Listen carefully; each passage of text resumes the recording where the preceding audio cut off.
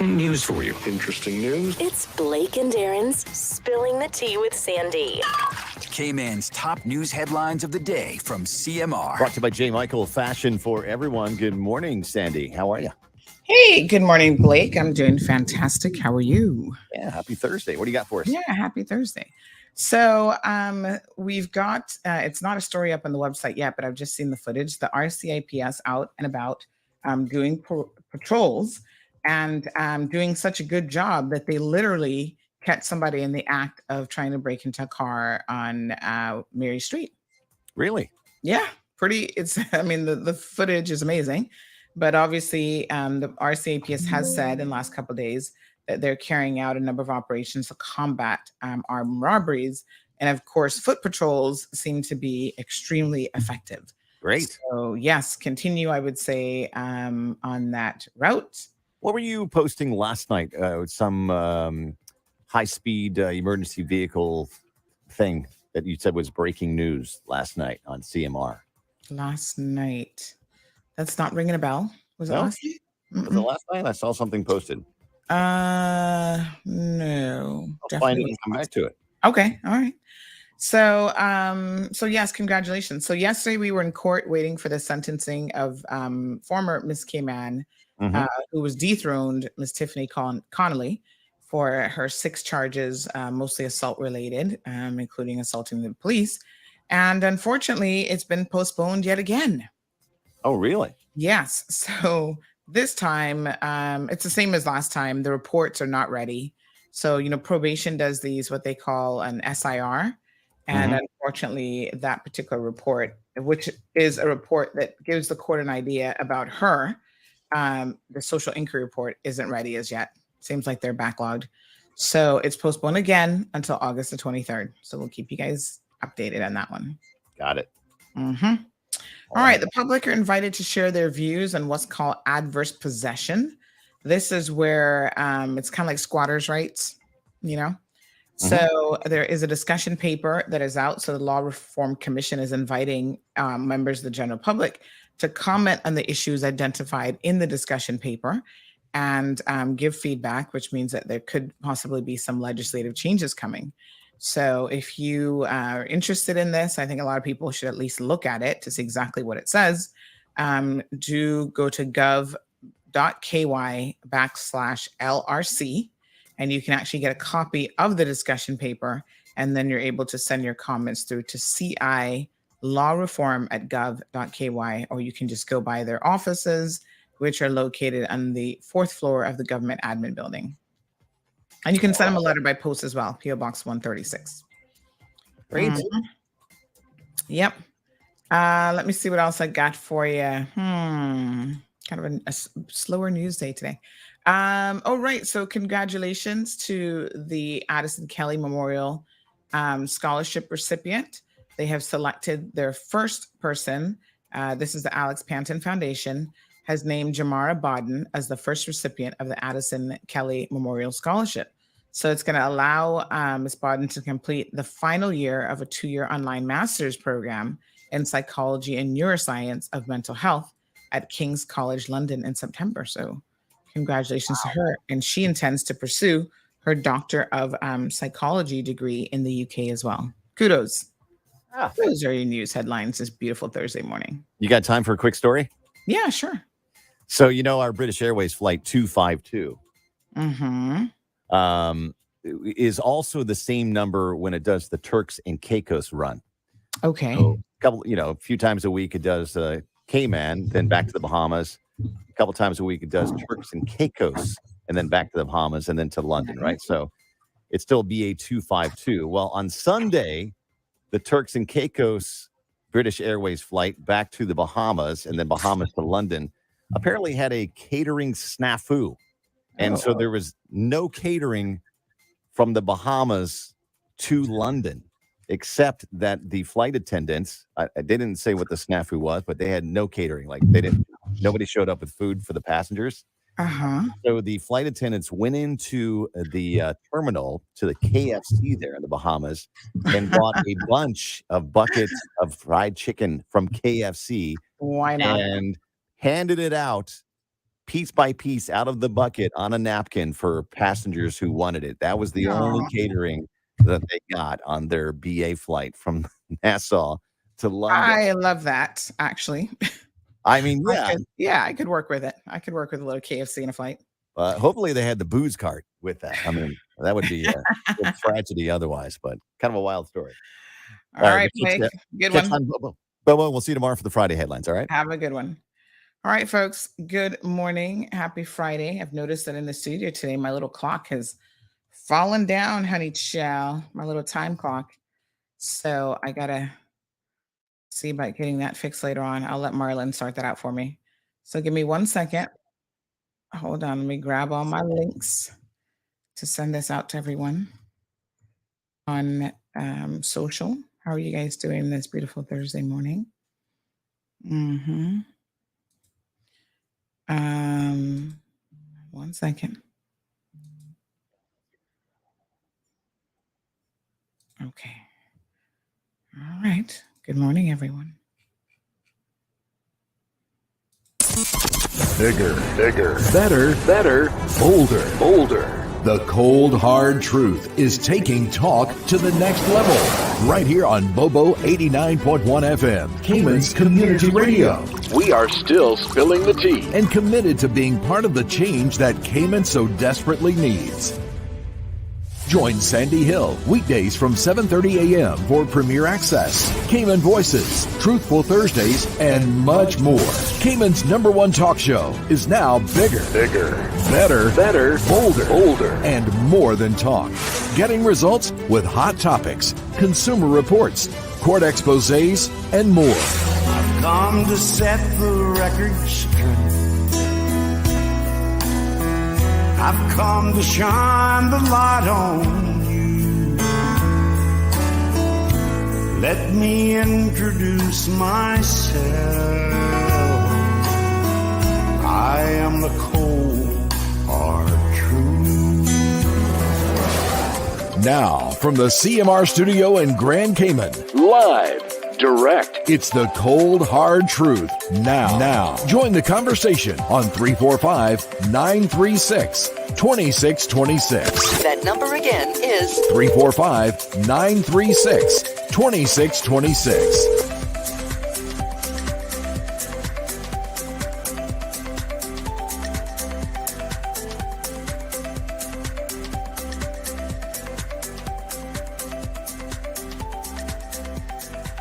All right, folks. Good morning. Happy Thursday. I don't know what's going on in the studio today, but my poor little clock is falling off the wall. It used to be Velcroed up, but something happened. Maybe the earth was shaking in the office. Oh, there it went again. Oh, gosh. I think I'm just going to have to crotch it up some kind of way until Marlon can fix that later for me. Whew. What a hot mess. Oh boy. Yes, good morning. I need this clock because this keeps me on time. Lets me know what time of day it is. But yeah. Oh my goodness. No bueno. All right, well, it's a little jacked up for now. It's no longer on the wall properly where it should be, but we're going to just roll with the punches. It will have to do. So good morning to everyone. Hope that you guys are having a good Thursday. Let me see who the usual suspects are. Whoa. You see, it's like messing up everything in my studio right now. Hold on now. Hold on. Is that all right? Can y'all see me okay? Yes, honey, chill. That's a little bit, oops.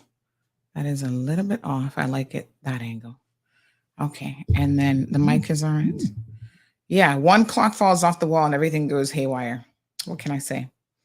My goodness. Good morning. Happy Thursday. We've got the usual suspects. Miss Vernita is here. She's wishing her grandson, my one grandson, my heart, a happy birthday. So happy birthday to Tyler.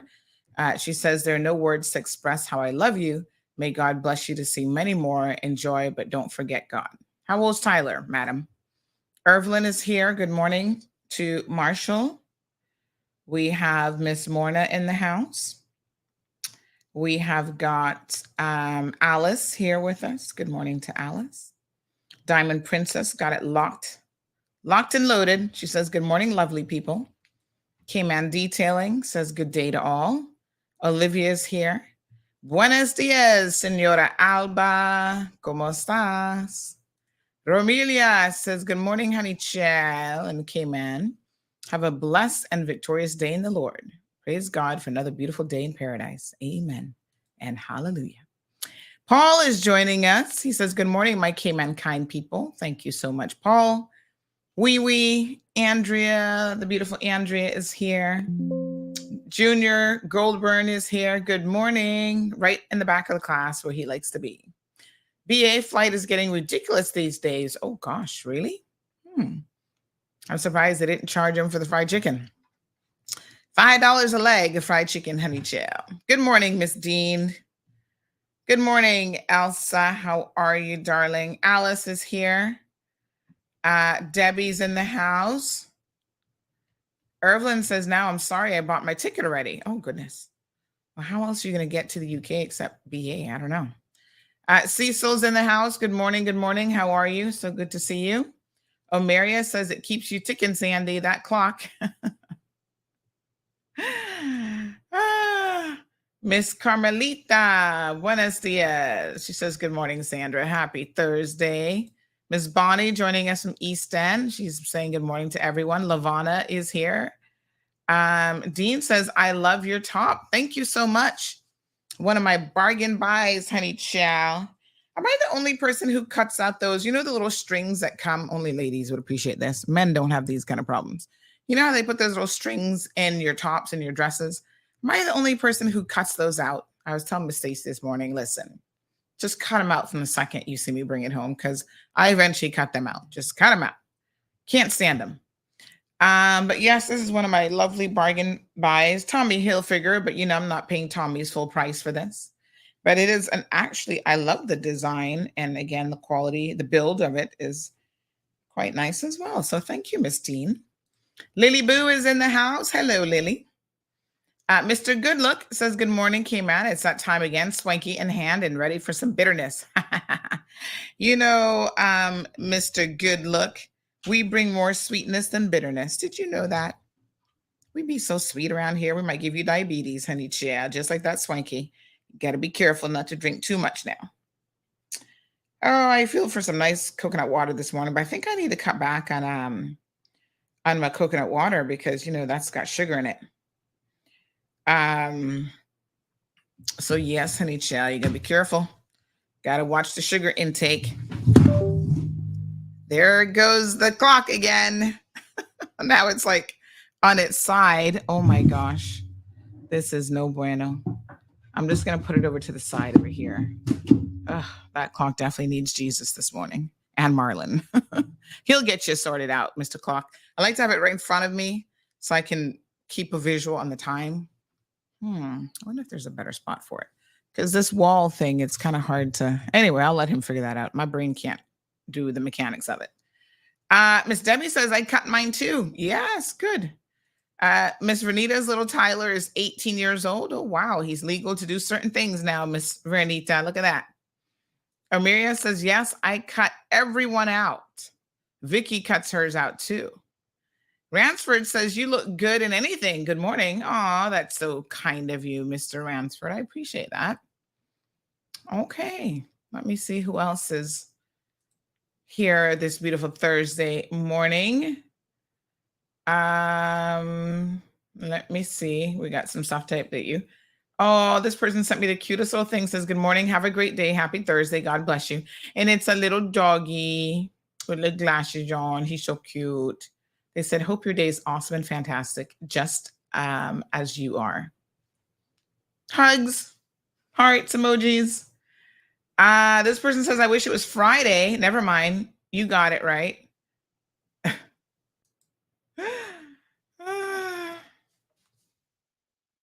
Okay, so someone's asking about the Barbados trip this morning, and we went over this on Thursday. no, Thursday. Oh my gosh, today's Thursday. On Tuesday's show, but it's worth mentioning again because I did hear that the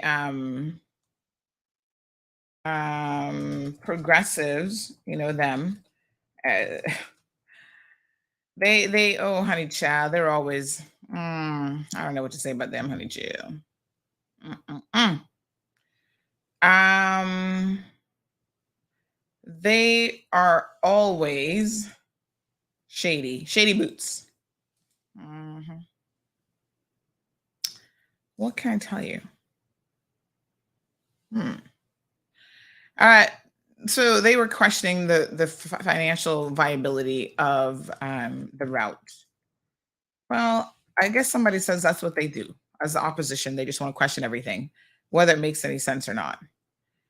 Um, it's just, maybe they should pay attention a little bit and listen before going off on a tirade.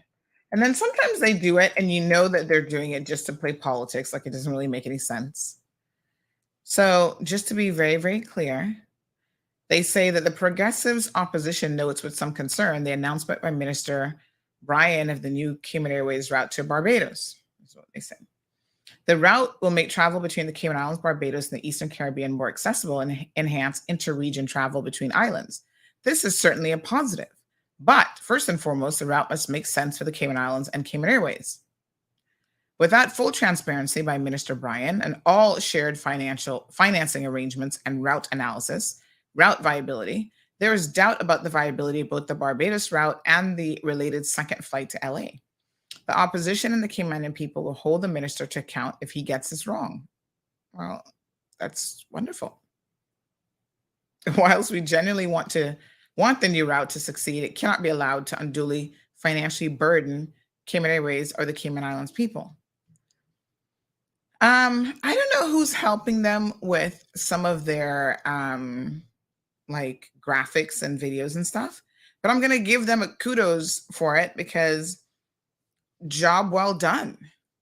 I like this little video that they put together with this. But what I would say, progressives, as you guys know, having been in the world of politics for a minute yourselves and having failed at quite a few things, sometimes you got to try something to know if it's going to work. However, the the safe part of this arrangement is that, as I said on Tuesday, it is actually being guaranteed, financially guaranteed by the government, the tourism ministry, aka the government of Barbados. They're basically chartering Cayman Airways to do this flight when you think about it. So we can't get it wrong with that kind of a plan in place. You know what I'm saying? It would be near impossible for us to get it wrong when somebody else is paying for it. And that gives the route an opportunity in the next year to build up some steam and for us to see exactly how it works. Now, the concept of unduly burdening the people of the Cayman Islands, I want to stress what the chairman of Cayman Airways said. He said, grounded planes don't make any money. The only time that Cayman Airways does not have the capacity to do any more is on the weekends. And they've acknowledged that. They're like, okay, we can't really mess with the weekend. We're using all planes around the clock on weekends. Now, I am thinking, y'all correct me if I'm wrong. Again, I'm no expert. Maybe this is where Cayman Airways could come on the program and talk to us a little bit. But I am pretty sure that the chair of the board, as well as the CEO of Cayman Airways, have figured out the schedule to the point that they know what staff need rest. They know, how long the planes have to be on the ground for routine and regular maintenance, et cetera, et cetera. But I'm going to say it again. Planes on the tarmac are not planes that make money. So we have these beautiful jets that can go longer distances. That was the whole premise under which these contracts were entered into. And I'm pretty sure they were entered into by the progressive government. Why did you buy these planes? Just to take us to Miami and Honduras? That don't make no sense. Okay. And the Honduras flight was not making any money. So let's be genuine. Let's be real. And also, as I put my mind to what the progressives were doing while they were in, we struggled with getting information from them. Now they're talking about, oh, we need transparency, and this government needs to tell us, what's working, what isn't working. But let me be very, very clear. This is the same government, the progressives, who went about changing legislation, FOI legislation, to make it more difficult for us to get information from governments. Y'all so confused and just salty boots left, right, and center. They just hope that the people just forget everything that they did. They watered down the FOI legislation. Do y'all not remember that? I think I need to go back in my archives and see exactly, when and that was done. Because, all I got to do, listen, one thing I like about having stuff online is you can surely pull it up. So yes, they watered it down. And a lot of it was happening during the whole port situation because they did not want us, the people, to get information and what they were doing with the port. And remember when what's it called, CPR group was fighting against the port? Remember what they were doing even then? Don't y'all be fooled by the shenanigans now. Yes, the opposition's there to oppose everything, I suppose, but do not forget their track record. Their track record, not their words, speaks volumes about who they are and what they stand for. Let's refresh our memories as well. The Ombudsman's office finds cabinet office breached the FOI law as Alric Lindsay wins his appeal. That was back in February of 2021. Good morning, caller. Good morning. How are you? Triggered by your comment. Remind me of how they. I'm trying to find the article in relation to this, but remind me on their watering down. And remember how they even changed the legislation, like people who wanted to challenge government, and how they could do so. They took all the teeth out. Yes. I don't have the time. I need to find it. Yeah. This morning, but you need to have a real conversation about this because FOI has become a joke as a result of what they did. Right, and this is now the same government, the same group of individuals, I should say, who is talking about, this PAC government needs to be transparent. Yeah, well, like I said, I don't have the time to have the conversation, but I want to encourage you to have a serious conversation about this. I have to go and do some digging up, honey chill. Yeah. All right, later. All right. But yes, just thinking off of my feet, I do remember. And I remember them wanting to, change legislation to even make it more difficult for people to sue the government. And, you need to have all sorts of stuff. This is when I need somebody like Johan listening to the program, because Johan's memory might be a little bit better than mine, because they recognize what people like Johan and Miss Shirley Rolston were able to do as a result of a judicial review. And so then they went back and they tried to rectify the law and change it so that, nobody can sue them again to challenge them on things like the port and so on. I'm not buying what you're selling, honey child. I'm not buying what you're selling. And this is the same government who gave out more PR and whatever over their tenure than anybody else, and they want to talk foolishness. They better step carefully, because when my memory starts to trip back in, they're going to have a problem. Yeah. I'm remembering. It's coming back to me now. What's that? How does that song go? It's coming back to me. Well, don't worry. I'll find it. I will find it and remind you, the people, why you can't be trusting everything that these so-called politicians be saying. They say what's convenient in the moment, but trust me when I tell you, they do not believe it. And they don't act accordingly. Y'all give me time. We'll circle back around to that. All right. Now that my brain is thinking about that, but I got to put that in park. I'll come back. All right. Irvelin says coconut water is good, Sandy. That's naturally sweet, no artificial sweetener. Yes, but it's still sugar. So remember, even things that are naturally sweet, we have to be careful with. So you don't want to overdo, even juices and stuff like that. Well, juices are horrible. Fruit juices, do not think the fruit juices are any better than soda. Orange juice, all these concentrated juice. Listen, if it's not freshly squeezed, that's your best bet. Actually, your best bet is to try to just eat the orange. But, occasionally you might want a little juice, whatever, but you've got to be very, very careful with juices because they are loaded with sugar and they're actually no better, really, than sitting down and drinking a cup of Pepsi or whatever in the morning. So take your time, have your tea, and have your water. Good morning, Miss Maria. Nathan is here. Good morning to Lavana. She says, give the route a chance. Just saying. I mean, yeah, the route hasn't taken off yet. So, we don't know exactly how successful it will be. A lot of it will probably come down to marketing the route to all the different geographical areas that they're focused on. But again, if Barbados is going to be spending their money marketing the route, if they're going to be guaranteeing the route financially by this $60,000 round trip guarantee, Cayman Airways doesn't really have anything to lose by trying it out. And that's in a much better position, I think, than we've ever been.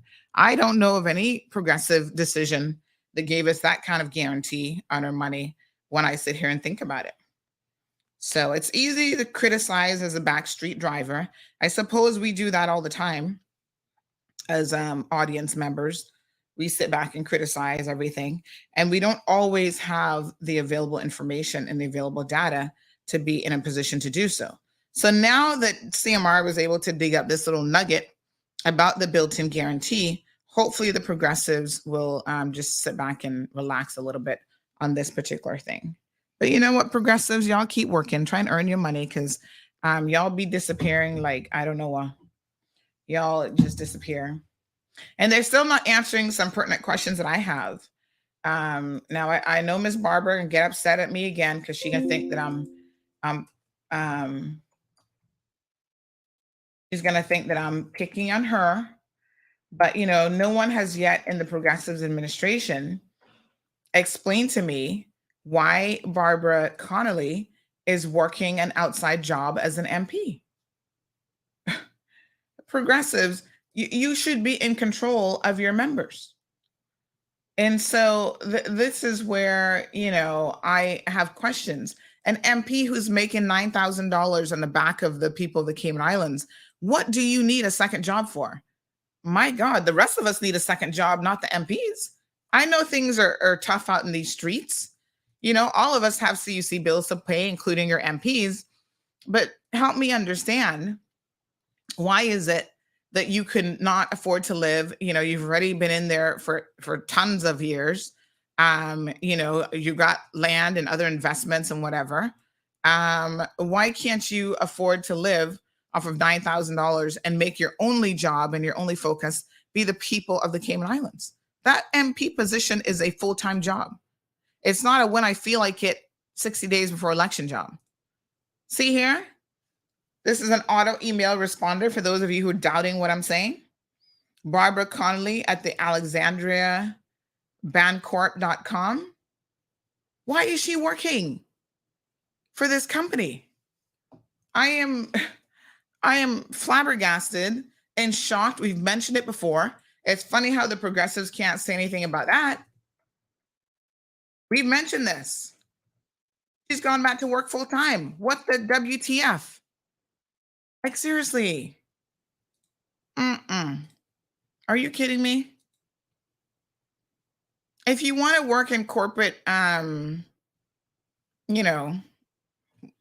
corporate Cayman, by all means, go and work there.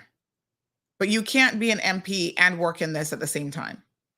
I've always said to people, trust me, my position is very, very simple.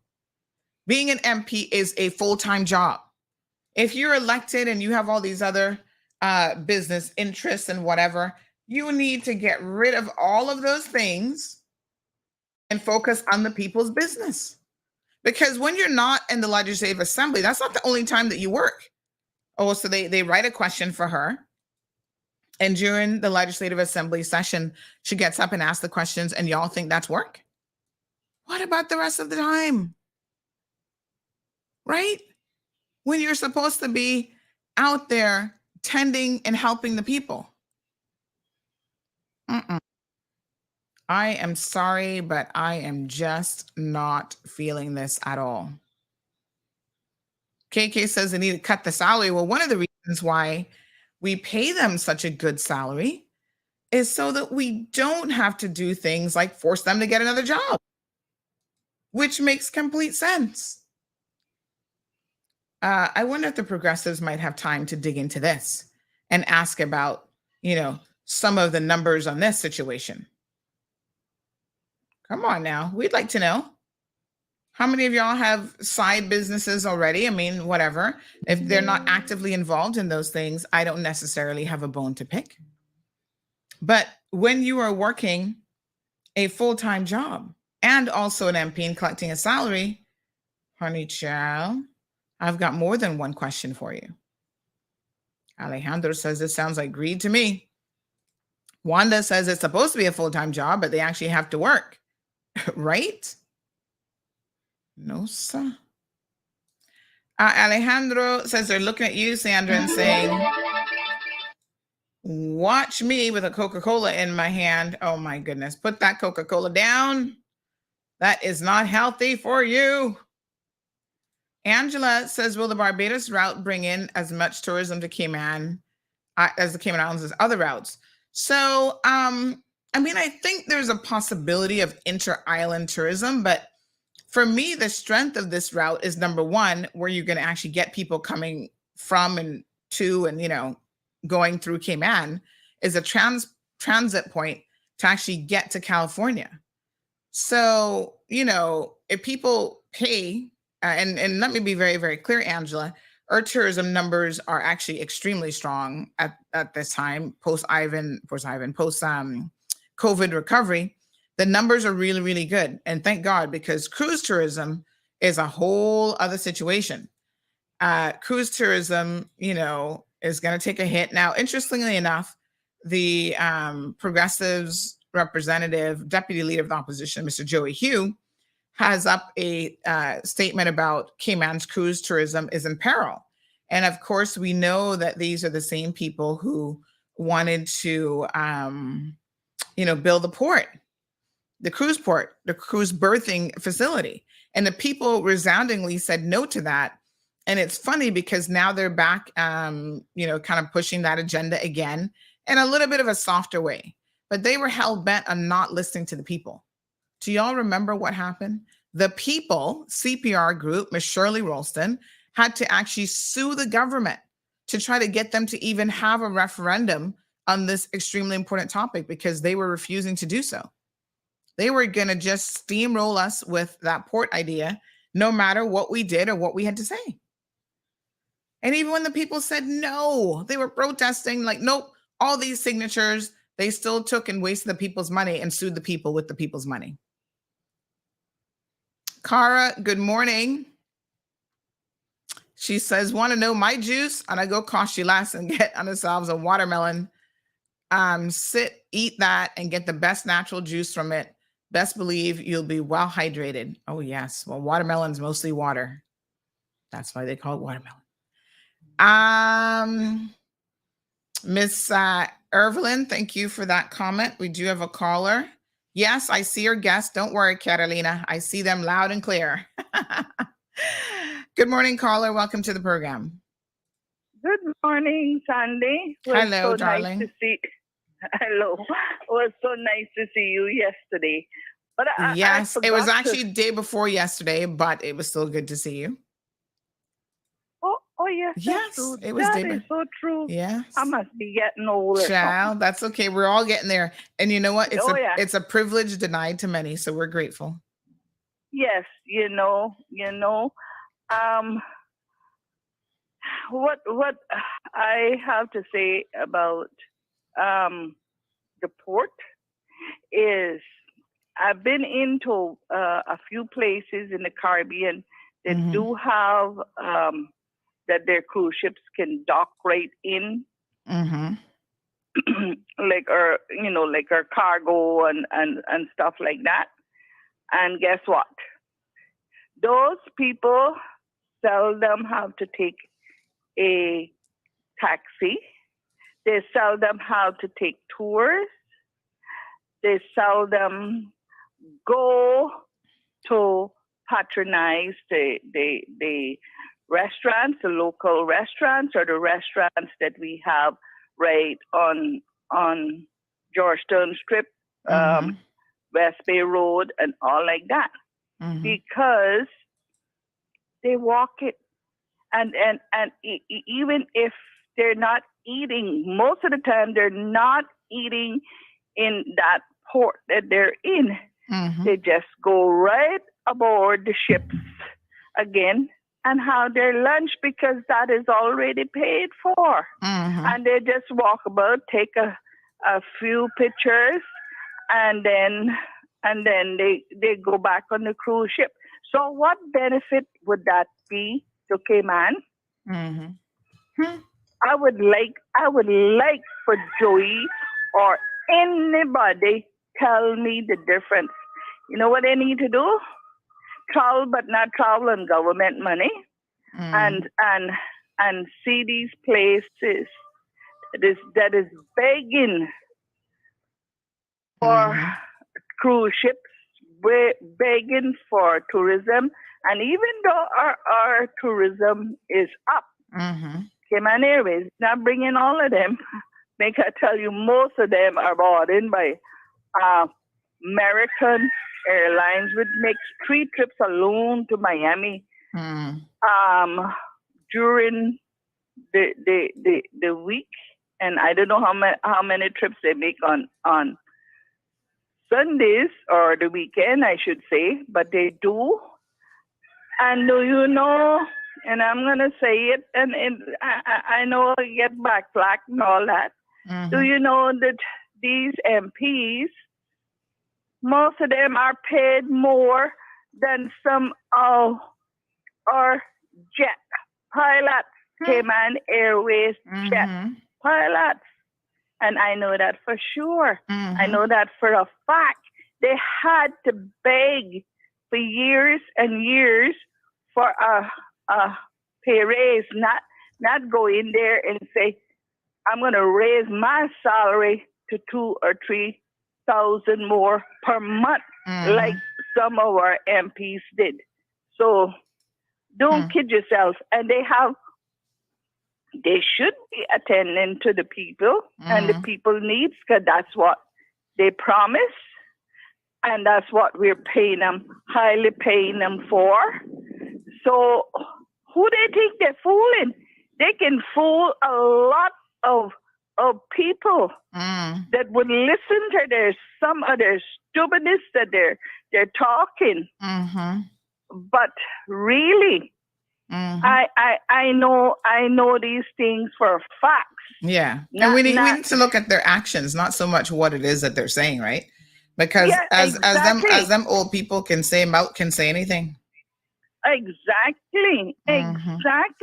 Look at the old people that need so much attention.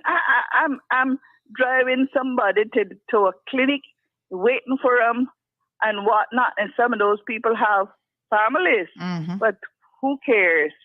Who cares about them? They're old now. We got what they want, so who cares? You know, it's that kind of attitude that we're forming, just like any other parts of the world. Good morning to you, Sandra. And good morning, darling. Thank you so much. I appreciate it. And while the progressives keeps going on and on about the importance of cruise tourism and that we need to bend over backwards in order to serve that market, I want to remind you that there are other places in the world who are actually cutting out cruise tourism completely. I'm trying to find this article. I remember sending it to Renee so that we could cover this and do a story on it. But what country? Oh, gosh, I want to say it was a European country. Give me 1 second. Let me see if I can find it. But they've actually just said nope to cruise ships. They're banning cruise ships. Cruise ships, to be quite honest, really pose a serious problem for a lot of jurisdictions.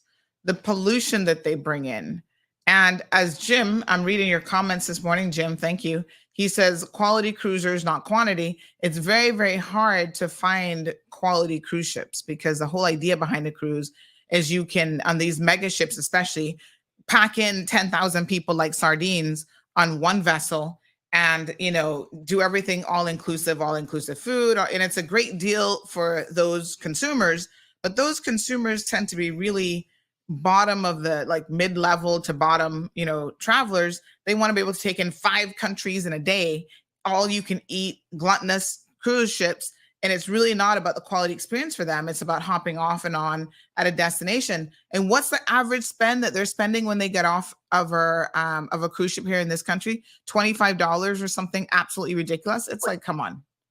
Good morning, caller. How's it going, Nick? Yes. Good morning, sir. It's me. How's it going? Good. How are you? Johan. Yes, All Johan. right. So, interesting topic, and thank you for outlining a whole lot there for people. But I just wanted to offer up some perspective, and hopefully the people, the listeners, and the CMR crew will understand that there's pretending to be interested in a national strategy and in the plight of Caymanian people, but that sort of thing makes absolutely no sense coming from the progressives when they were in a position to deal with the said national strategy on tourism, and they failed to do so. The PPM progressives, they were in power from 2017. Well, remember, they had 2 terms where they were the majority in a coalition government. Mm-hmm. But from 2017 to 2021, they ran the show. And it's just shocking to hear the leadership of the PPM, particularly my good friend, the deputy leader, Joseph Hugh, speak as if he's talking out of his backside, because did he forget that he was in cabinet from 2017 to 2021? Mm-hmm. Cruise numbers have been declining globally because of the COVID outbreak since 2020. And in Cayman, due in part to the PPM's proposed cruise berthing facility project, which was full of lies, lacked transparency, and more importantly, that entire project and the way that they tried to sell it to the people was based on completely ignoring the wishes of the people. Shirley Ralston, several other people in the leadership of CPR were successful in securing a positive result in the judicial review against the proposed cruise berthing project. And we have CPR Cayman to thank for that, and thousands of Caymanians, because it was the first time where every type of Caymanian seemed to rally around a common cause. And that cause was the government lied about the financial commitments for that project. They said it was a $200 million project. It was a $400 million project. The government lied when they told us that the cruise lines would build you the facility.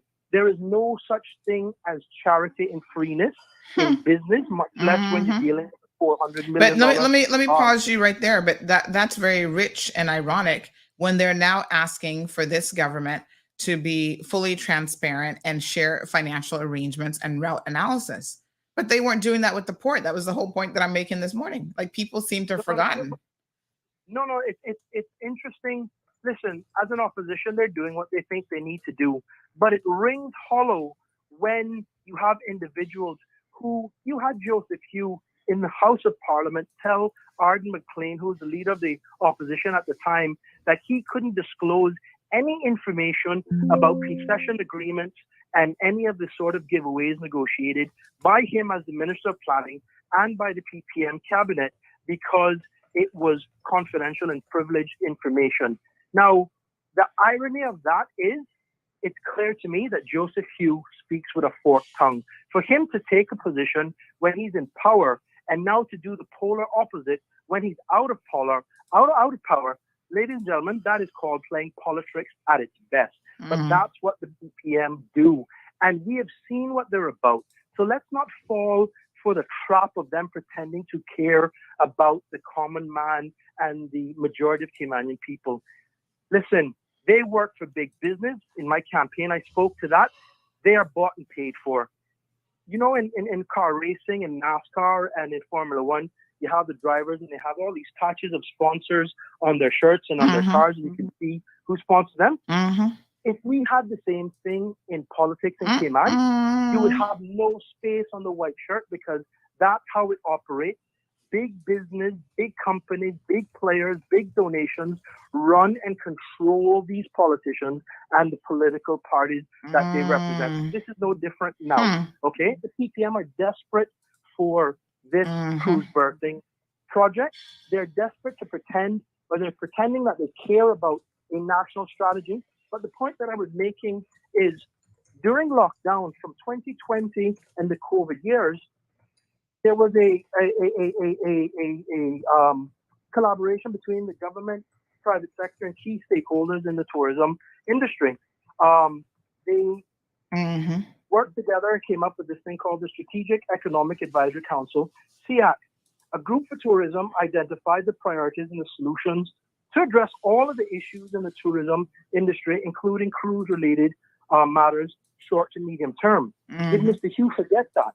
The PPM and Mr. Hugh had 18 months to implement the suggestions and the strategies and the plans and the key initiatives before there was a change in government at the end of the April 21 period when TAC took over.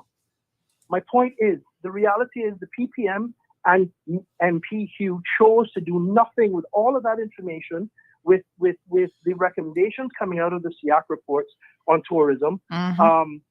They were given a roadmap by SEAC with all the viable solutions, and now he's pretending to be ignorant as to what needs to be done. Why didn't he and the PPM implement these solutions, strategies, and recommendations when they were in power? Exactly. People need to wake up and understand campaign season has begun.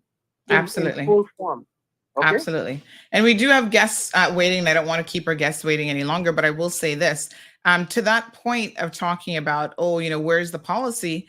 The question really they should be asking themselves is, why didn't they leave policy behind through their chief officers, right? And through the respective ministries? You don't clean out and take every single thing so that there's no continuity when you change over governments. So that's a very, very good question for the progressives. Listen, the information's there, the reports and the findings were shared in the public domain. So for the PPM now to pretend we're concerned and where's the policy and where's the this, why didn't you do it when you were there? And you have the report. Why don't you share the report instead of pretending that you don't know what's going on? Listen, we got too many issues going on with this country. The last thing we need is a cruise birthing facility or any sort of initiative that will cost us, the taxpayers, even more money. We are successful in managing the numbers that we have now. The people have spoken, and if the PPM really care, and if Joseph Hugh and Roy McTaggart really care, why didn't you support us having the referendum so that you could have ironclad proof? They didn't support it because they knew they were going to lose, and all they're doing now is beating up their gums, and Joseph Hugh is playing politics. We need to see it for what it is, call it for what it is, and people, stand ready. When people show you who they are, believe them. The PPM was what they were last year, last week, 5 years ago. They're still that today. So let's go from there. Thank you so much, Johan Moxham. Miss Rita says, thank you, Johan. Alejandro says, amen, Johan. Let them know we're not interested in their ball games. Alejandro says it's not for sure syncing with their foolishness. I'm not for sure. This is why Caymanians are not so global. Well, I can't say that word on the radio, like the rest of the world, but someone destroyed our protected boundaries and has breached our trust. All right, folks, let's pause that bit of the conversation. We have another important conversation here about the health and wellness of our country. These things are really, really important, folks. We can build or not build ports. We can, have the best tourism products in the world. But if our people are not healthy and well and living into their senior years and have a good quality of life, believe me when I say that all of it's going to be for naught. Money cannot buy you health. And this is one of those things that we have hopefully accepted as a country, but we have a long ways to go towards really making some vast improvements. The Ministry of Health and Wellness has taken on this STEP initiative. We're going to have some guests here in the studio here in a second, but they really need your participation in the ongoing surveys. They've actually extended the survey time, so have a listen to this. The STEPS 2023 National Health Survey has been extended to September 3rd to maximise participation and give us the best data possible. If you've been chosen to participate, please say yes to Step 3. For more information, contact the STEPS team on 936 4969 or email mhwsteps@gov.ky. All right, folks. And with that, it is my pleasure to welcome into the studio this morning. We have the Chief Medical Officer, Dr. Nick Gent, joining us. Good morning, sir. Good morning, and thank you for that good introduction. How are you? Very well, thank you. It's always a pleasure. Get up early in the morning, see the beautiful sunshine, driving to work along the beach, and it's one of the best ways of going to work. Very well, Absolutely. Thank you. Yes, beautiful. And we've got the Minister of Health and Wellness, of course, none other than the Honorable Sabrina Turner. Good morning. Good morning. Good morning, everybody. So good to see you. Thank you for joining us. Yes, it's a pleasure to be here. And we also have from the ministry our first epidemiologist. This is a historical decision. And I'm so glad that this government, I'm getting a little bit of feedback. I think it's coming from you, Minister. I think. I'm just going to mute you for a second because I think something is interfering with your audio. I'm not sure what it is. Let me just mute you for a quick second. But we do have Ms. Rachel Corbett, who again has joined the team. And kudos to the PAC government, especially during and after the COVID pandemic, for seeing the need to have someone with this level of expertise as part of their ministerial team. Miss Rachel Corbett, good morning. Morning, Sandy. Thanks so much for having us back again and the very kind introduction. It's lovely to be here. Yes, absolutely. So you guys have been busy. I know for sure you're still on your media junket trying to inform everyone about what the STEP program is. Recently, I had someone message me and they said, hey, Sandy, is the Ministry of Health doing some survey? Because people are coming knocking on my door. And I thought, yes, how could you have missed that? We talked about it. But it just shows you the necessity to, continue to put the information out there, put up your PSAs, and just encourage people to participate. So I'm so glad that you guys are back. Can you just give us a rundown for someone who's listened to the program and they've never heard anything about STEP before? Tell us exactly what is the STEP 2023 National Health Survey. Sure, I'll launch in. So you guys first. So the STEPS survey is a survey to understand the burden of non-communicable diseases. So we're thinking about things like diabetes, hypertension, and particularly the risk factors for those conditions. So what things are going on in someone's life and someone's body that means they might be more at risk of developing one of those conditions. And so we're wanting to gather this data so that we have an understanding for the whole of Cayman. This is a survey that we did do here in Cayman in 2012, so just over 10 years ago, but we haven't had any national information or estimates on this since. So we're quite out of date on our understanding of what's going on. And so we're repeating the same survey using the same methodology so that we can compare the data between the two time points and see what's changed, and also have an understanding of if we know who's more at risk of developing these conditions, we've got a bit more idea for the future looking ahead as to how that's likely to impact on our healthcare demands and what's needed here in Cayman. So it's a random survey. We select households randomly, and that means that we then get information that represents all of the country. It's across all 3 islands. And hopefully from what your callers said, we've got people out in the community. CMO is kindly sporting one of our tops this morning. So if they're wearing one of these blue tops, that's part of our team. And they'll be knocking on people's doors and asking if they're willing to take part. Beautiful. Absolutely beautiful. All right. So, Minister, of course, the first time again in the history of the Cayman Islands, you've taken health and wellness and put those two together. Why was it important to add a wellness component to the health ministry? Oh, sorry. Let me unmute you. There we go. My Bigger apologies. feedback. Yes. Okay, I'm good now. It sounds better. Okay, good. It was important to add the wellness because health is not only loom and gloom, it is 360. And we, from the beginning of my tenure, we wanted to look at it full scope. So the wellness arm is also key, which is why it is important for us to do a survey of this nature so that we can actually get into preventative care and not be reactive, understanding that the more education we get out there, the more surveillance we do and collecting the data, which was seriously lacking, we policymakers like myself and the government will have it a much easier time in, for example, allocating funds and making sure they go where they need to go. So it was very important for us to add that wellness component, get the data, but for us to get this data, events like this has to happen. Mm-hmm. Absolutely.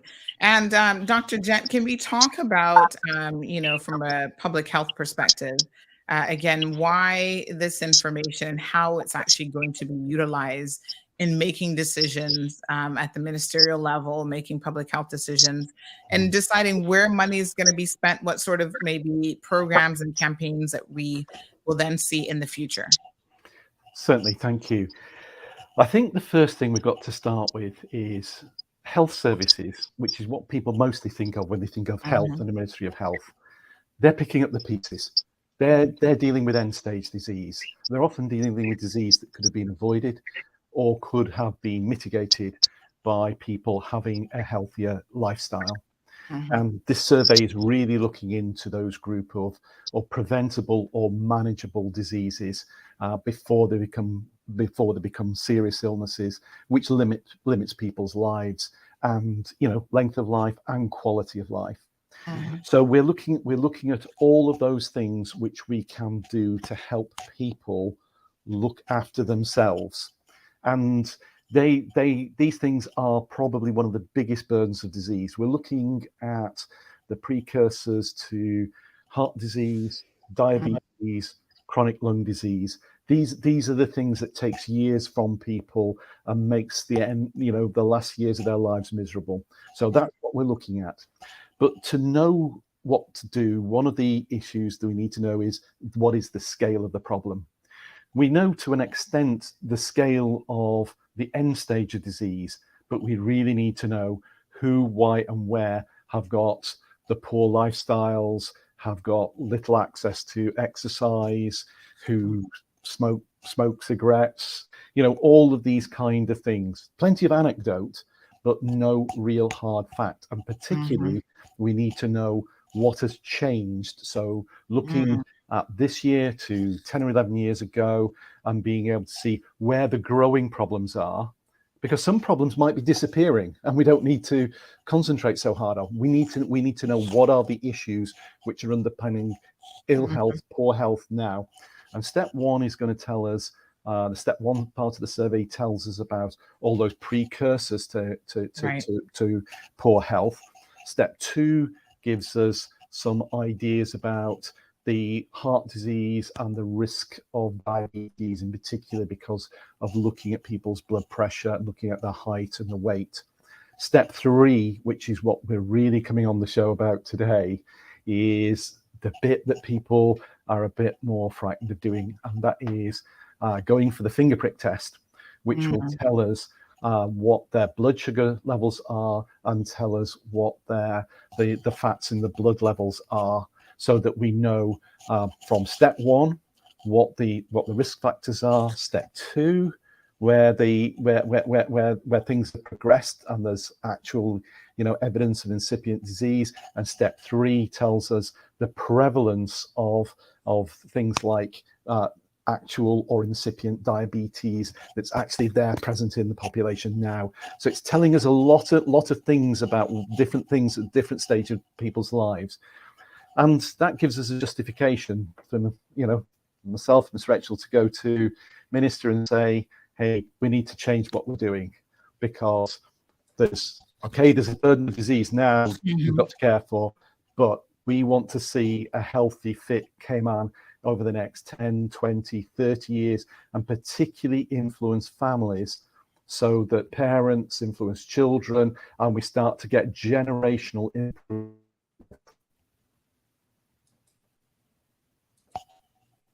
Yeah, we had a little bit of drop in your connection there, but you know, I was watching something yesterday, which it's over 2 hours long. This podcast, I'm taking my time, kind of going through it, but it's talking about what we all need to be doing to increase our not just longevity of life, but more importantly, our quality of life. Because in this podcast, I'll share the link with everyone because knowledge is power.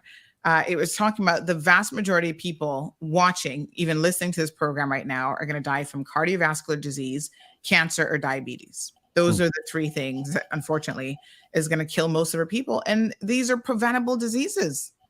We can do something about this. And I think that taking sort of literally the pulse of the nation is one of those ways in which you can see how healthy or not your population in your country is. And we all need to make improvements.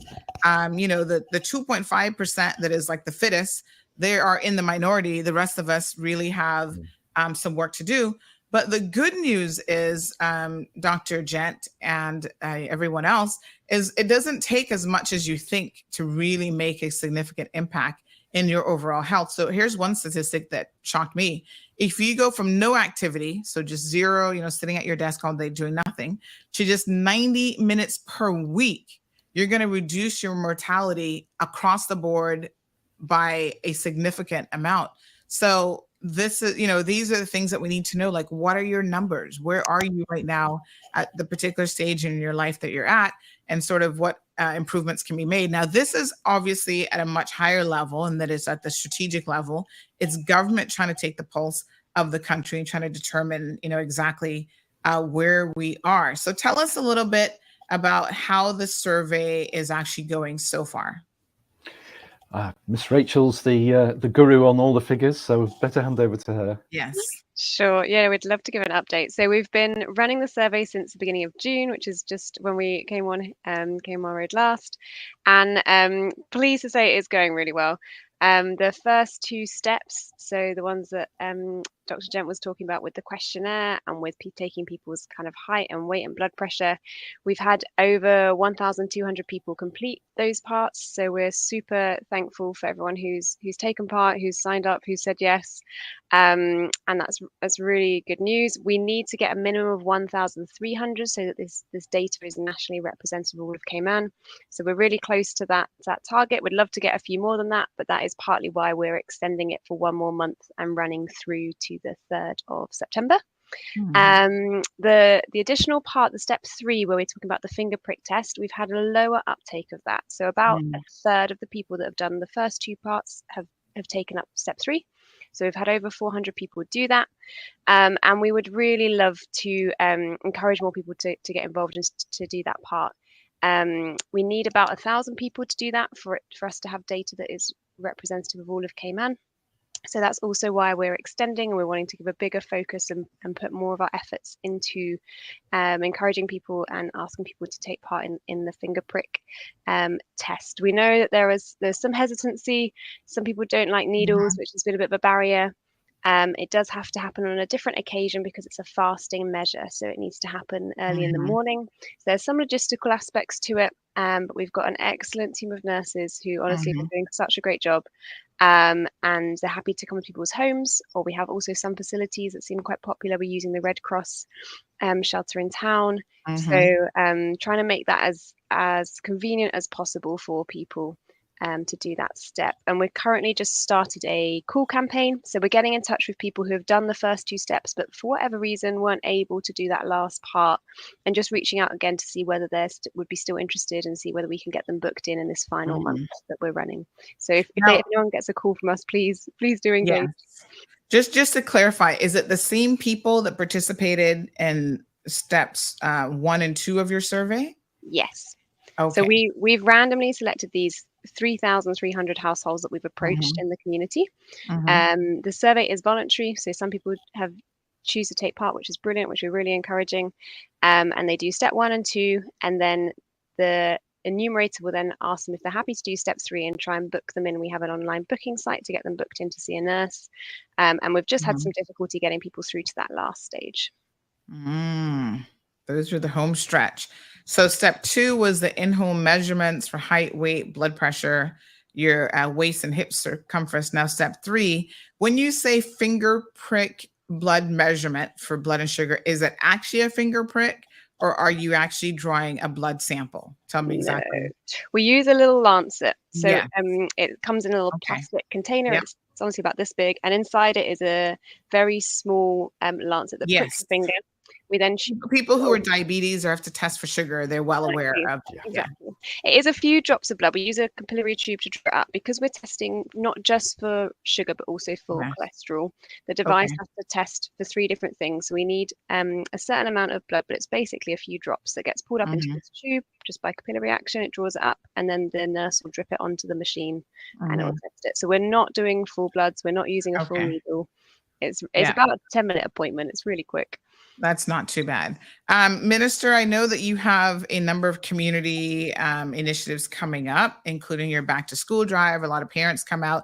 Maybe you could partner with them. It is your ministry to get some of the prospect, whoever, is in the prospect group to come on out at the same time. Encourage people. People always need a little bit of encouragement, not just for all the good and right reasons, but, maybe offer some healthy snacks and some back to school supplies as a way for them to come out as well. Exactly. That's always been to the forefront of everything that I have at the office, understanding my remit. But there are cultures here, Sandra, that when we talk about non-communicable disease, it's simple cultures that we have adapted with simple changes to our day-to-day lifestyle.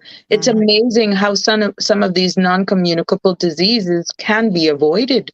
Like the sugar intake. Now, your mac and cheese with all those cheeses, for example. Maybe we could have some ideas for an alternate version of your mac and cheese that would make it a little healthier. Now, I'm quite sure this could be a huge national debate of even Cayman style beef. Now, how do you get that healthy? Or let's say a different version of cassava cake or something. They're just some things we're not going to touch. But you got where I'm going with this. This morning. You're already making me hungry. Well, I tell you what. Oh, I don't know if you can touch that mac and cheese because that's just the perfect recipe. And it's got about 6 cheeses in it. So I've never claimed for it to be healthy, but it's the best mac and cheese in the world. But you know what? You don't have it every day. I couldn't even tell you the last time I made it. I make it for special occasions. Like I'll do it at Christmas time if we decide to have a Thanksgiving dinner. So it's more of a treat. It's not an everyday meal. So everything in moderation. Everything in moderation. Yes. But overall, to be honest, it is a civic duty. I mean, if you're one of the fortunate households that have been randomly selected for this, you're actually helping the government to influence nationally where we're going with healthcare here in the Cayman Islands. So the only how we're going to know, and that's if you actually complete all 3 steps to help us help everybody else. Right. So we are looking at ways to encourage people. But I see El Ray says, how can we volunteer or sign up? So this wasn't so much a volunteer or sign up situation. This was people who were selected, El Ray, just randomly. So if you were selected, you would have been contacted for steps 1 and 2 already. And that you've been selected. So we're just encouraging those people who have been selected. Listen, that little needle prick, it's not even a needle prick. It's just a little prick on your finger. That's nothing to be afraid of.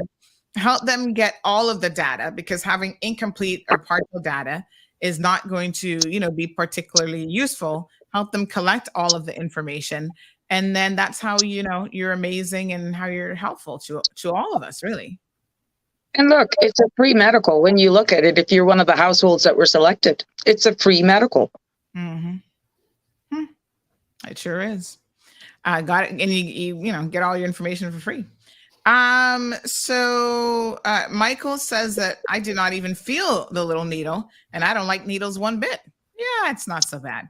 Alejandra has a question. How long till they need to do another survey afterwards? So I know you've gone over this before, but perhaps Dr. Gent, you can share again for the benefit of our listeners. When was the last survey done? And then when are you planning to do the next one then? Right. The last survey was done about 11, 12 years ago. It Wow. was done in very, very similar form. Most of the data is going to be directly comparable. We're collecting a little bit of extra data this time on some new areas of, that because life's changed, things differ. It probably is not worth doing a survey again within the next 5 years, because the importance of these surveys is that we need to give time to see that change has occurred. We certainly will want to repeat the survey, because the natural history of what we're doing here is we collect this data, we analyze this data, and we need to put in place things to change. Look at what's the best bang for buck we're going to get for change, put those programs of change in. And these are areas where it takes years and sometimes generations for real differences to occur in people's lifestyles and then their health to change as a result. So it's probably not worth doing it more often than 5 years. 10 years is probably wouldn't be worth waiting more than 10 years. So it's when time allows, when money allows, when resource allows, to do these things. So 5 to 10 years is the period that we're looking at to repeat it again. Okay, very good question, Alejandro.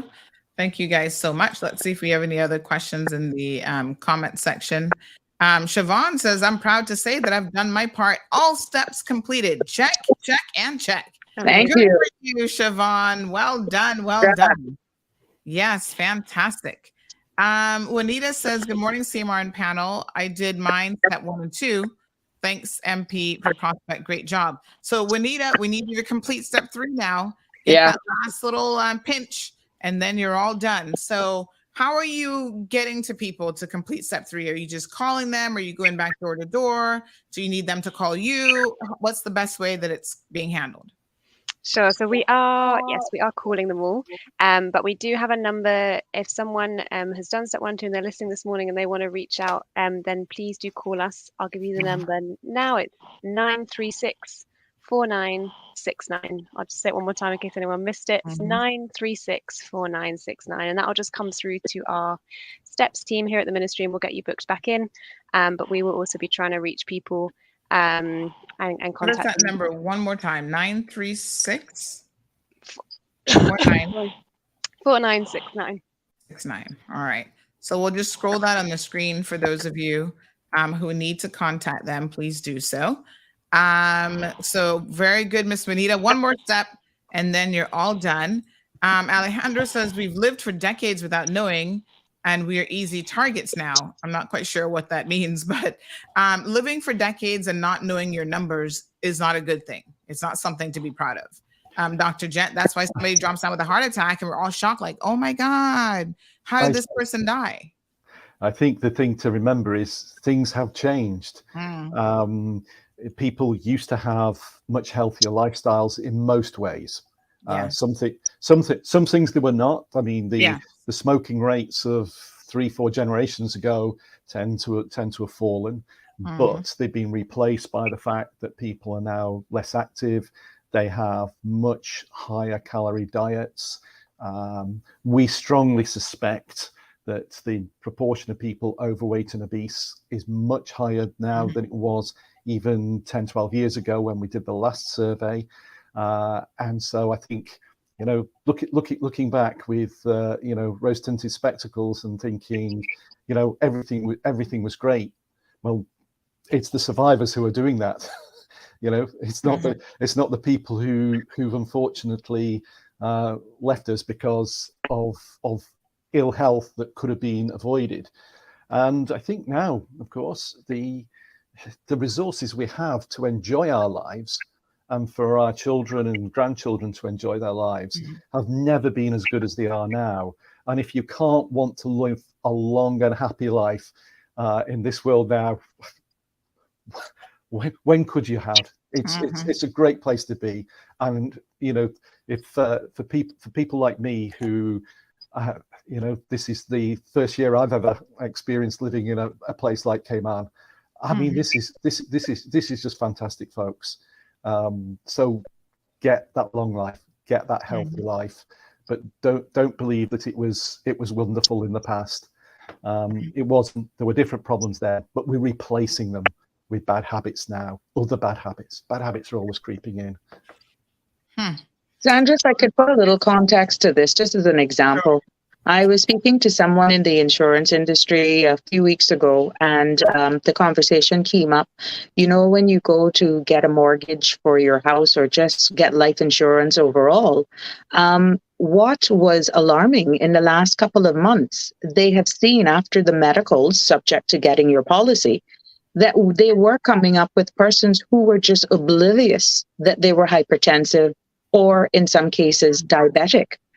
In one particular example that was given, you know, persons found themselves at the clinician's office and the ambulance was called because the blood pressure was just through the roof. And these were people that were just walking around and just trying to finish, let's say, that due diligence or that final phase of signing off that acceptance letter for their first home. So to say that we've been living longer and we're not knowing our numbers, do you want to find that out when you're beginning your family, being your first time homeowner and saying, oops, oh, now you're sick? Prevention is better than cure, to be honest. And I know what it's like to just enjoy what we're accustomed to, living our lives, not being active. I'm a big advocate for that, to be honest. Just complacency setting in. But the older we get, we have a more purpose for our lives. We see life totally different. You tend to make those changes, which is why the results from this STEP survey is critical. It will also show that this is not just a Ministry of Health and Wellness government agency. We will, and it's encouraged that we will be working closely with, let's say, social development, youth, sports and culture, even education. So it's just not isolated to health and wellness if we're going to impact the well-being and lives of our nation. And the great thing is we are first time getting local data in order to drive policy and be more informed as cabinet and an overall government to make decisions. Very good. All right. We've got a question here about whether or not step 3 can be done on a Sunday. Akina, thanks for the question. Yes, it can. All days of the week, we offer appointments during the week between 7 a.m. and 9 a.m. And then at the weekend, we extend that a little longer to 10 a.m. Beautiful. All right, Andrea, this person's making cassava cake. Please don't take the sugar out. I know it would spark a debate. I know it would spark a debate. Leave the sugar for us who want it as a treat. So don't get no ideas about being healthy with cassava cake. I feel you there. It's my favorite cake. That and cornmeal custard top. Oh my God. Yes. Let me share with your audience, Miss Sandra. Since Dr. Gent has joined us here in the Ministry of Health and Wellness, let me tell you something. He is the junk police. If he hears a bag, he assumes it's a bag of Cheetos or Doritos or something like that. And oh my God, we have to literally steal. Like if we want a little KFC or a little Burger King or something, he knows, and he would literally remove it from your desk. But what it has allowed us to do is to remain conscious, because you know our day-to-day lives in here, sometimes we can't go out. But what he has done has definitely brought us an awareness. What are you choosing to put in your body? He don't mind fruits. He even bring fruits. There's a table out there that once upon a time used to be filled with all sorts of chocolates and pastries and patties, which we're not saying that's bad. But now Dr. Gent, our CEO, make sure our basket is full of healthy bars and fruits. And yeah, he keeps tabs on everyone in the ministry. Food police. Yep. I like it. I quite like some of those, please. Yes. A lot of times you don't have to. I mean, I think some people feel like you have to go all or nothing, right? You have to be extremist. It's little changes that can make a significant difference in your overall health. I mean, when I think about doing nothing, 0 to 90, that's just 90 minutes per week. Like, surely you can find an hour and a half a week to increase your exercise. Imagine if you did even more, the additional benefits that you'd reap from that. So Al Ray, he's a bit of a fitness guru himself here. He says plenty processed and junk foods. People are being less active and living a sedentary lifestyle. And those are literally some of the things that are killing us. And, a lot of us have jobs where we are working in front of computers all day.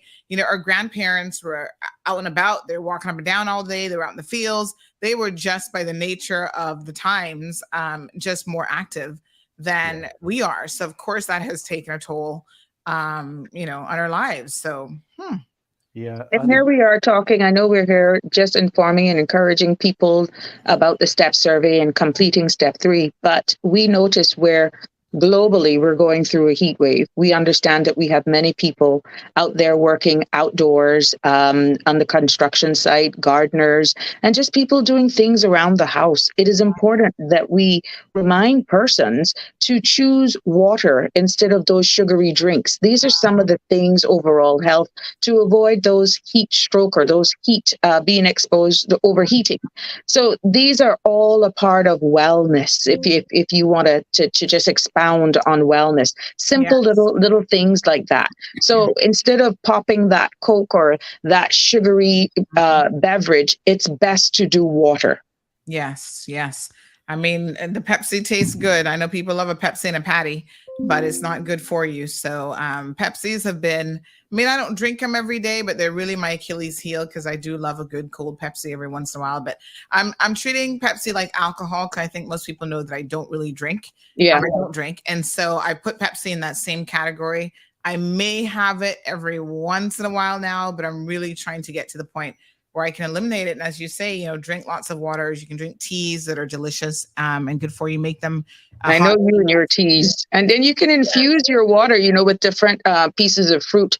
We are in the summer, which for Cayman, it's always pretty much the same season. But I must say, this time of the year, it is hotter. And you're more available to get, let's say, pieces of mango if you want to infuse that into your beverage. You have your lemon wedges that you could put in there that has excellent benefits to even the alkaline in your stomach. Simple little things that have benefits. These are healthier alternatives. Miss Irvlin had a good laugh about the junk police. Junk food police. Dean Sinclair says old age is not an easy life, especially if you don't have the kind of people who have patience for caregiving around you. Andrea says, keep up the good work, Minister. It just shows how much you care about the lifestyle of people on our islands. Miss Paula, good morning to you. Miss Juanita says she's on her way. Yay. She's done her stick, her weight, her pressure, her sugar level. Everything was good. Pressure, the nurse said I was complete. And she was the last to come by to complete it all. So very, very good. Irvlin says, wait until that doctor shows up at your door. Your fridge will get a detox. Actually, I must say that I don't really have a lot of junk around the place. Now, I do have a sweet tooth, so I have chocolates. But you know what is so funny? I have chocolates here that I'll go months and not even open the bag. Miss Stacey can tell you. She's like, why do you keep buying chocolates? And I just store them here, but I love to give them away to people and stuff as well. So yes, good stuff. Jim says, send a club soda with lime or lemon, refreshing like a cold Pepsi or Coke. I could say with a good bag of popcorn too, but at the cinema, but not every day. Yes, of course. All right. So tell us then for this step 3 of the survey, how is it going to shape policy for the Ministry of Health and Wellness? Okay. If we just take one example, and step 3 is particularly good for this. I strongly suspect that the biggest single preventable or manageable disease, which is giving rise to severe disability and associated disease, is going to be diabetes. Now, in planning the future care, we need to know from steps 1 and 2 how many people are likely to become diabetic into the future, but more importantly, how many cases of diabetes, if we can get people to look after themselves, could be avoided. But step 3 also tells us how many people have got actual diabetes or incipient diabetes and don't know about it.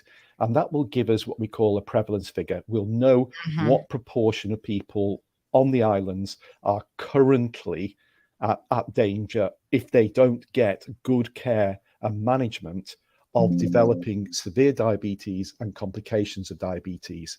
So that figure is absolutely crucial to us, because one of the areas that we're thinking about at the present time is, do we have a good management program for people who have got early diabetes?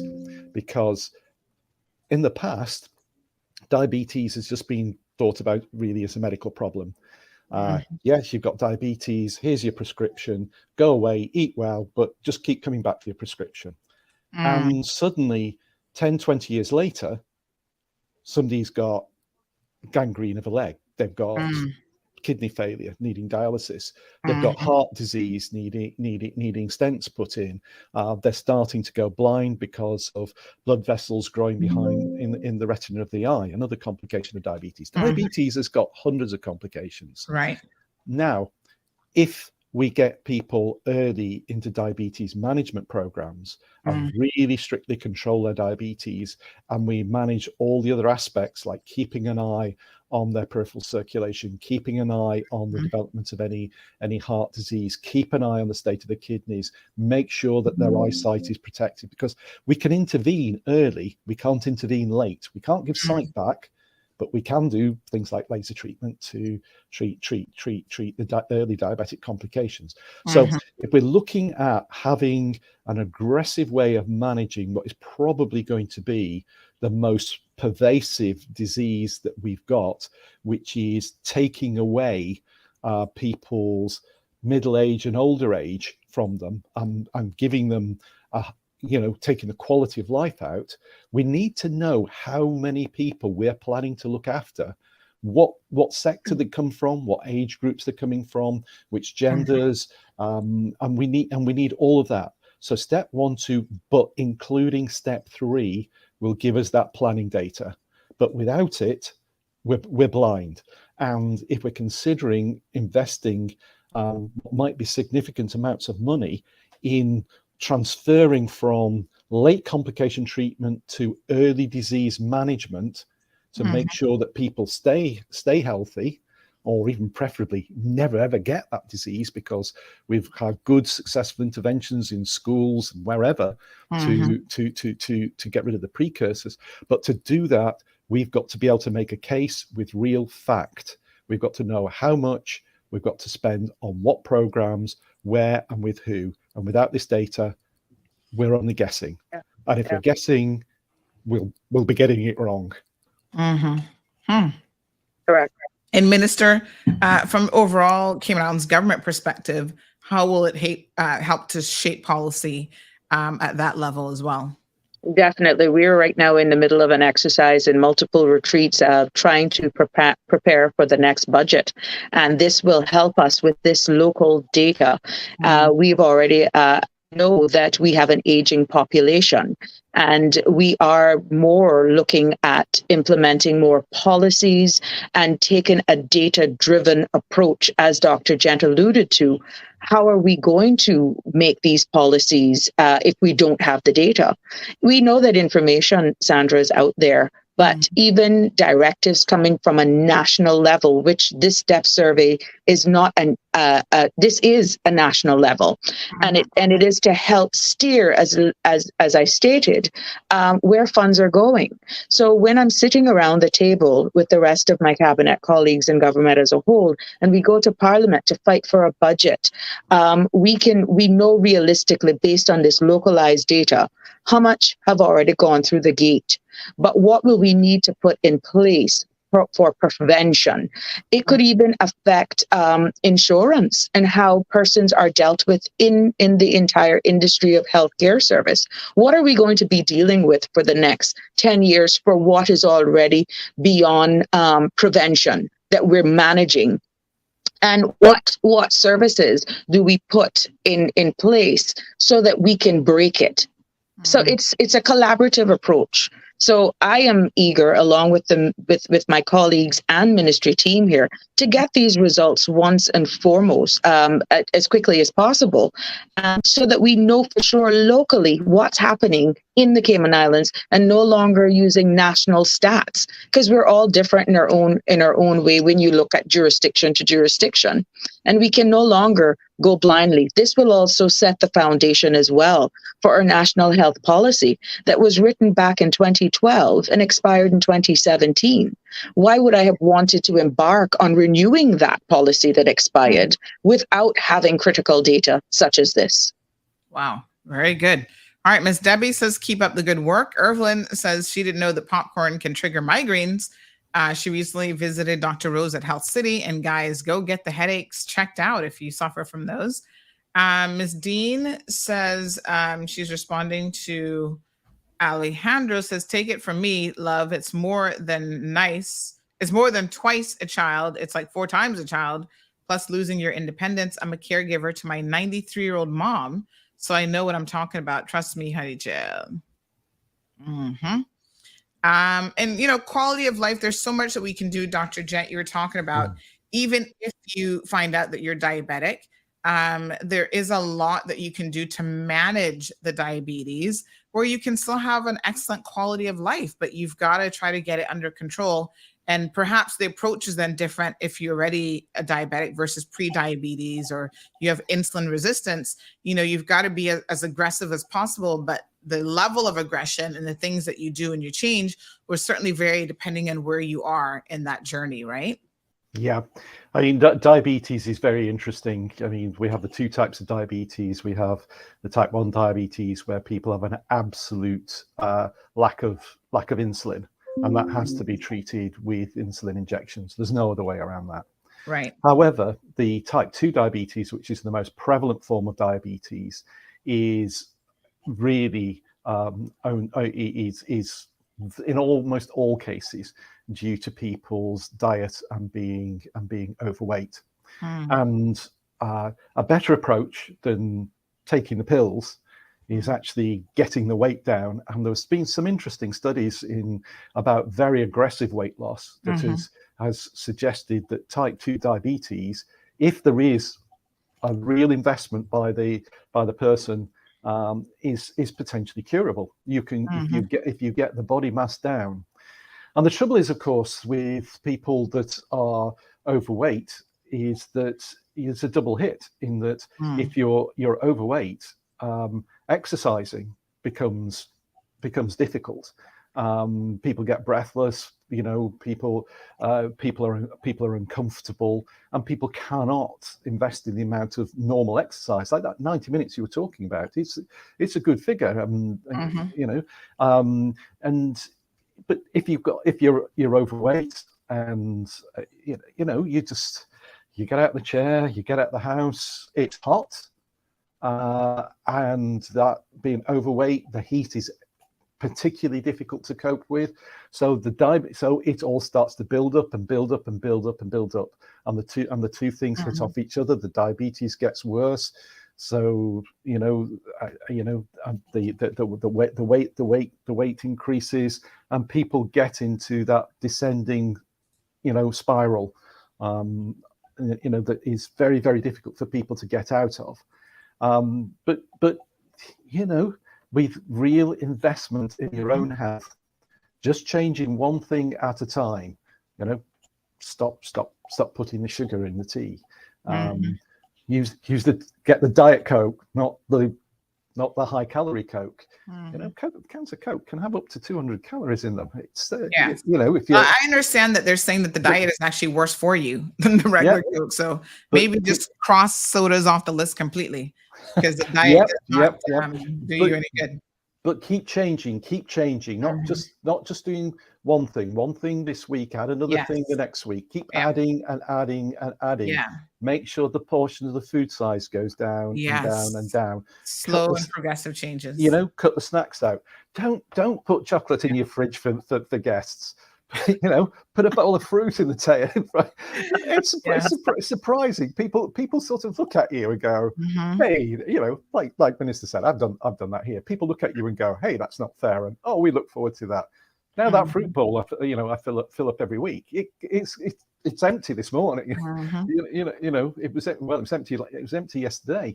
People just change habit. You stick a bowl of fruit in front of your guests, not the chocolates. You know, say, you know, do you really want sugar in your coffee? You know, you'd be surprised that, and when people stop getting the taste for sugar and things like that, then their diet starts to follow it. Once they reduce the portions, they get used to smaller meals. Once they stop snacking, they get used to stop snacking. Then when their weight starts to come down, they start to look at themselves differently. They get more self-confidence. They can suddenly go out and say, yeah, okay, it's just a 5 minutes walk at the end of the day. And maybe 10 minutes, you know, in a few weeks' time, because, you know, I'm not out of breath now. Yeah, so I got to get back on my studio bike next week. I'm going to get back in the saddle. Yeah, but it's not necessarily that big, I'm going to be different tomorrow. Yes. Because that can be disheartening when you fail. But keeping up change and saying, I'm write it down. You know, take the photographs. Gosh, that's what I looked like a year ago. That's what my diet used to, you know, so that you know you're having successes. Yes. And it's good when other people notice it too. They'll be like, hey, Sandy, you look like you're losing weight. And I'm like, really? Because sometimes you don't see it yourself. I mean, but clothes are definitely a good indication, because you can feel, feeling looser, and you can buy a smaller size pants and whatever. But yeah, when other people notice it, you're like, wow, I must really be doing something good. So and keep one of the big sets. Good doctor. Keep one of the big sets so you can look at it. Yes. And say, what's that mean? This is where I've come from. Yes. You know, don't go back. Absolutely. So Juanita says, since I'm good, Sandy, you can put me on your candy list. The doctor's saying, no, don't do that. I'm still waiting. Sorry, I didn't get my radio, so please don't forget me. Don't forget me whenever you get more in hand. Emergency with my husband. Okay. So I can get you sorted out with the radio, but the doctor's saying I should not give y'all candy. And I just bought some nice coconut clusters for the celebrations in August. So I don't know what I'm going to do with those now. But anyway, so I mean, a lot of us, I guess, feel like, hey, we're great. Our numbers are good. We can pig out. We can eat whatever we want. That's not the approach to take. Moderation. I'm quite sure the good doctor would say that. And I'll say, because I know you're probably going to wrap up now, one last joke to show you where you can make change. I came into the office one day with a brown paper bag because the CMO was convinced that I was just having these brown paper bags to mask, let's say, a KFC or a Burger King. And he stood up by the door with that firm look. Minister, I caught you because you're masking this fast food.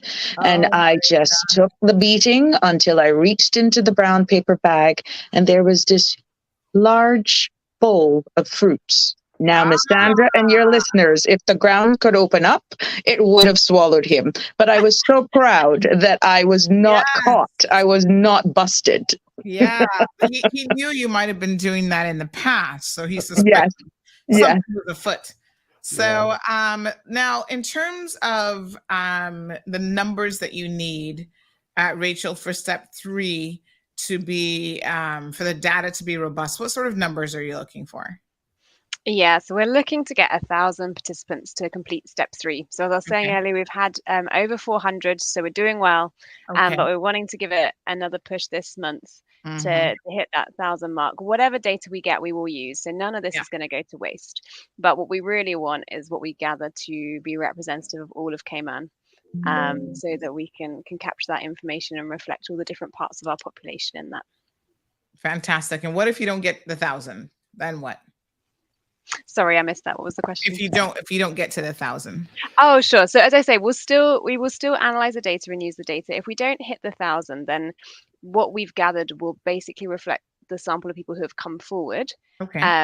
But that won't necessarily be high enough to say this is nationally representative of the whole country. So it will represent the kind of the sample that were randomly selected. But there's just a certain tipping point when the sample then is enough to give enough robust estimate that it represents the country. All right. So we need those numbers up, folks. Again, the telephone number, if you have been selected, you've done steps 1 and 2, please participate in the final step. It's like trying to have half a baked cake. It just doesn't work. Give the STEPS team a call. 936-4969 is the telephone number. Any final thoughts before we wrap up this morning? I see Roselle says that bowl of fruit is too expensive. Well, if you think that's expensive, honey child, try having a heart attack and needing a triple bypass or quadruple bypass surgery. Not just expensive in terms of the monetary expense, but your time, lost wages, lost quality time with your friends and loved ones, or if you end up dead, well, I guess death is probably not as expensive, but I'm just saying you don't want to end up there. So folks, don't think that good health comes cheap, but in the end, I think it does pay off. And Denny's warning against too much fruit. He says too much fruit will cause diabetes. Well, I suppose it is possible that you could eat enough fruit, but in practice, the sugars available in a sensible amount of fruit is not going to cause that effect. And remember, what we're talking about is switching from unhealthy foods to healthier foods. You still need a certain amount of sugar in your diet, and fruit is a good way to get it. And the fruit will also give you the fiber, which is good for bowel health. It also contains a number of vitamins, which are very, very good and important for your health. Vitamin C in particular. So I mean, it's a fair point if you were to go and eat kilograms and kilograms and kilograms of fruit every day. But in reality, what you're doing is you're switching from something which is much, much higher calorie. If you're saying, instead of having chocolate, you have some fruit. Instead of cake, you have some fruit. You are moving yourself into the healthier territory. Yeah. And it's all about moderation as well, right? We're not asking people to become extremists and fitness gurus overnight. It's about, as you said, those small manageable steps that anybody can take. Address one thing at a time, start increasing your daily exercise, your daily walk, start eliminating some of the bad things from your diet. If you have a cassava cake once or twice a year, that's okay. But if you're having it every single day or every other day or once a week, that is probably going to be a bit too much. So it really comes down to moderation. And people who go, I find extremes, and I've had this experience, in my personal life, people who go extreme, they can't maintain it. It's just too much. And so then they revert and go 100% in the opposite direction. So that's not good either. So Rachel, some final thoughts? Yeah, final thoughts. It's just a huge thanks to our team who are continuing out there in the field doing an excellent job, and to everyone who's taken part already. Thank you so much. And please just engage with us and say yes to step 3. We want to make the most of this opportunity. As we've said, we're not going to be doing it for another 10 years. So this is kind of a once in a decade chance for us to gather this information. So please help us make the most of it. Okay, Minister. Yes, I just want to appeal to our people how important it is for us to get this information. And I know without a doubt, I have all faith in all the social mediums and platforms that we have, the ministry has gone on, that we will at least reach that 1,000, 1,300 with getting it out there. It's just people understanding the importance and how it can help us as policymakers directly influence the national healthcare decisions that we make here.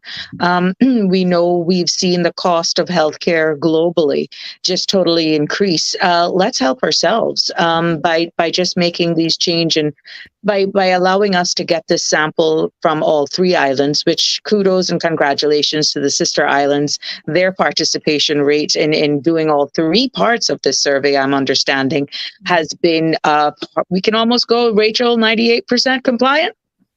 Yeah, they've been brilliant. We're fully done on Little Cayman, and just as a small bit to go on Brax. They've been excellent. Right. So, it really helps us, and overall, and it is a civic duty, and it is another way of investing, excuse me, in your health.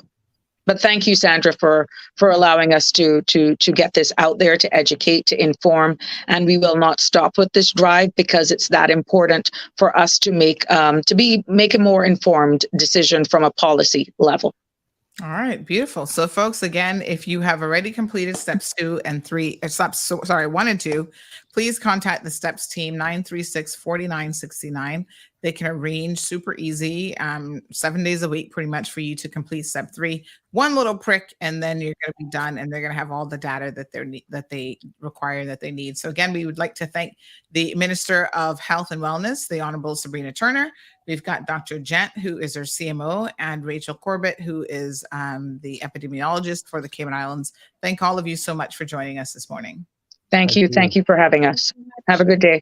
The STEPS 2023 National Health Survey has been extended to September 3rd to maximise participation and give us the best data possible. If you've been chosen to participate, please say yes to Step 3. For more information, contact the STEPS team on 936-4969 or email mhwsteps@gov.ky. All right, folks, welcome back.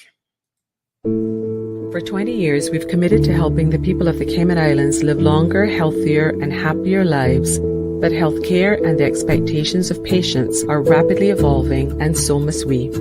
We have made incredible clinical and technological advancements and achieved JCI accreditation, the internationally recognized gold seal of approval for patient safety and quality of care. So it's time for our image to reflect our transformation from a local hospital to a world-class healthcare authority, with a new logo that symbolizes national duty and pride, a statement that reinforces our commitment to our patients every step of the way, with colors as bold as our mission to provide the highest quality healthcare. Dynamic, professional, skilled, committed, caring. This is HSA.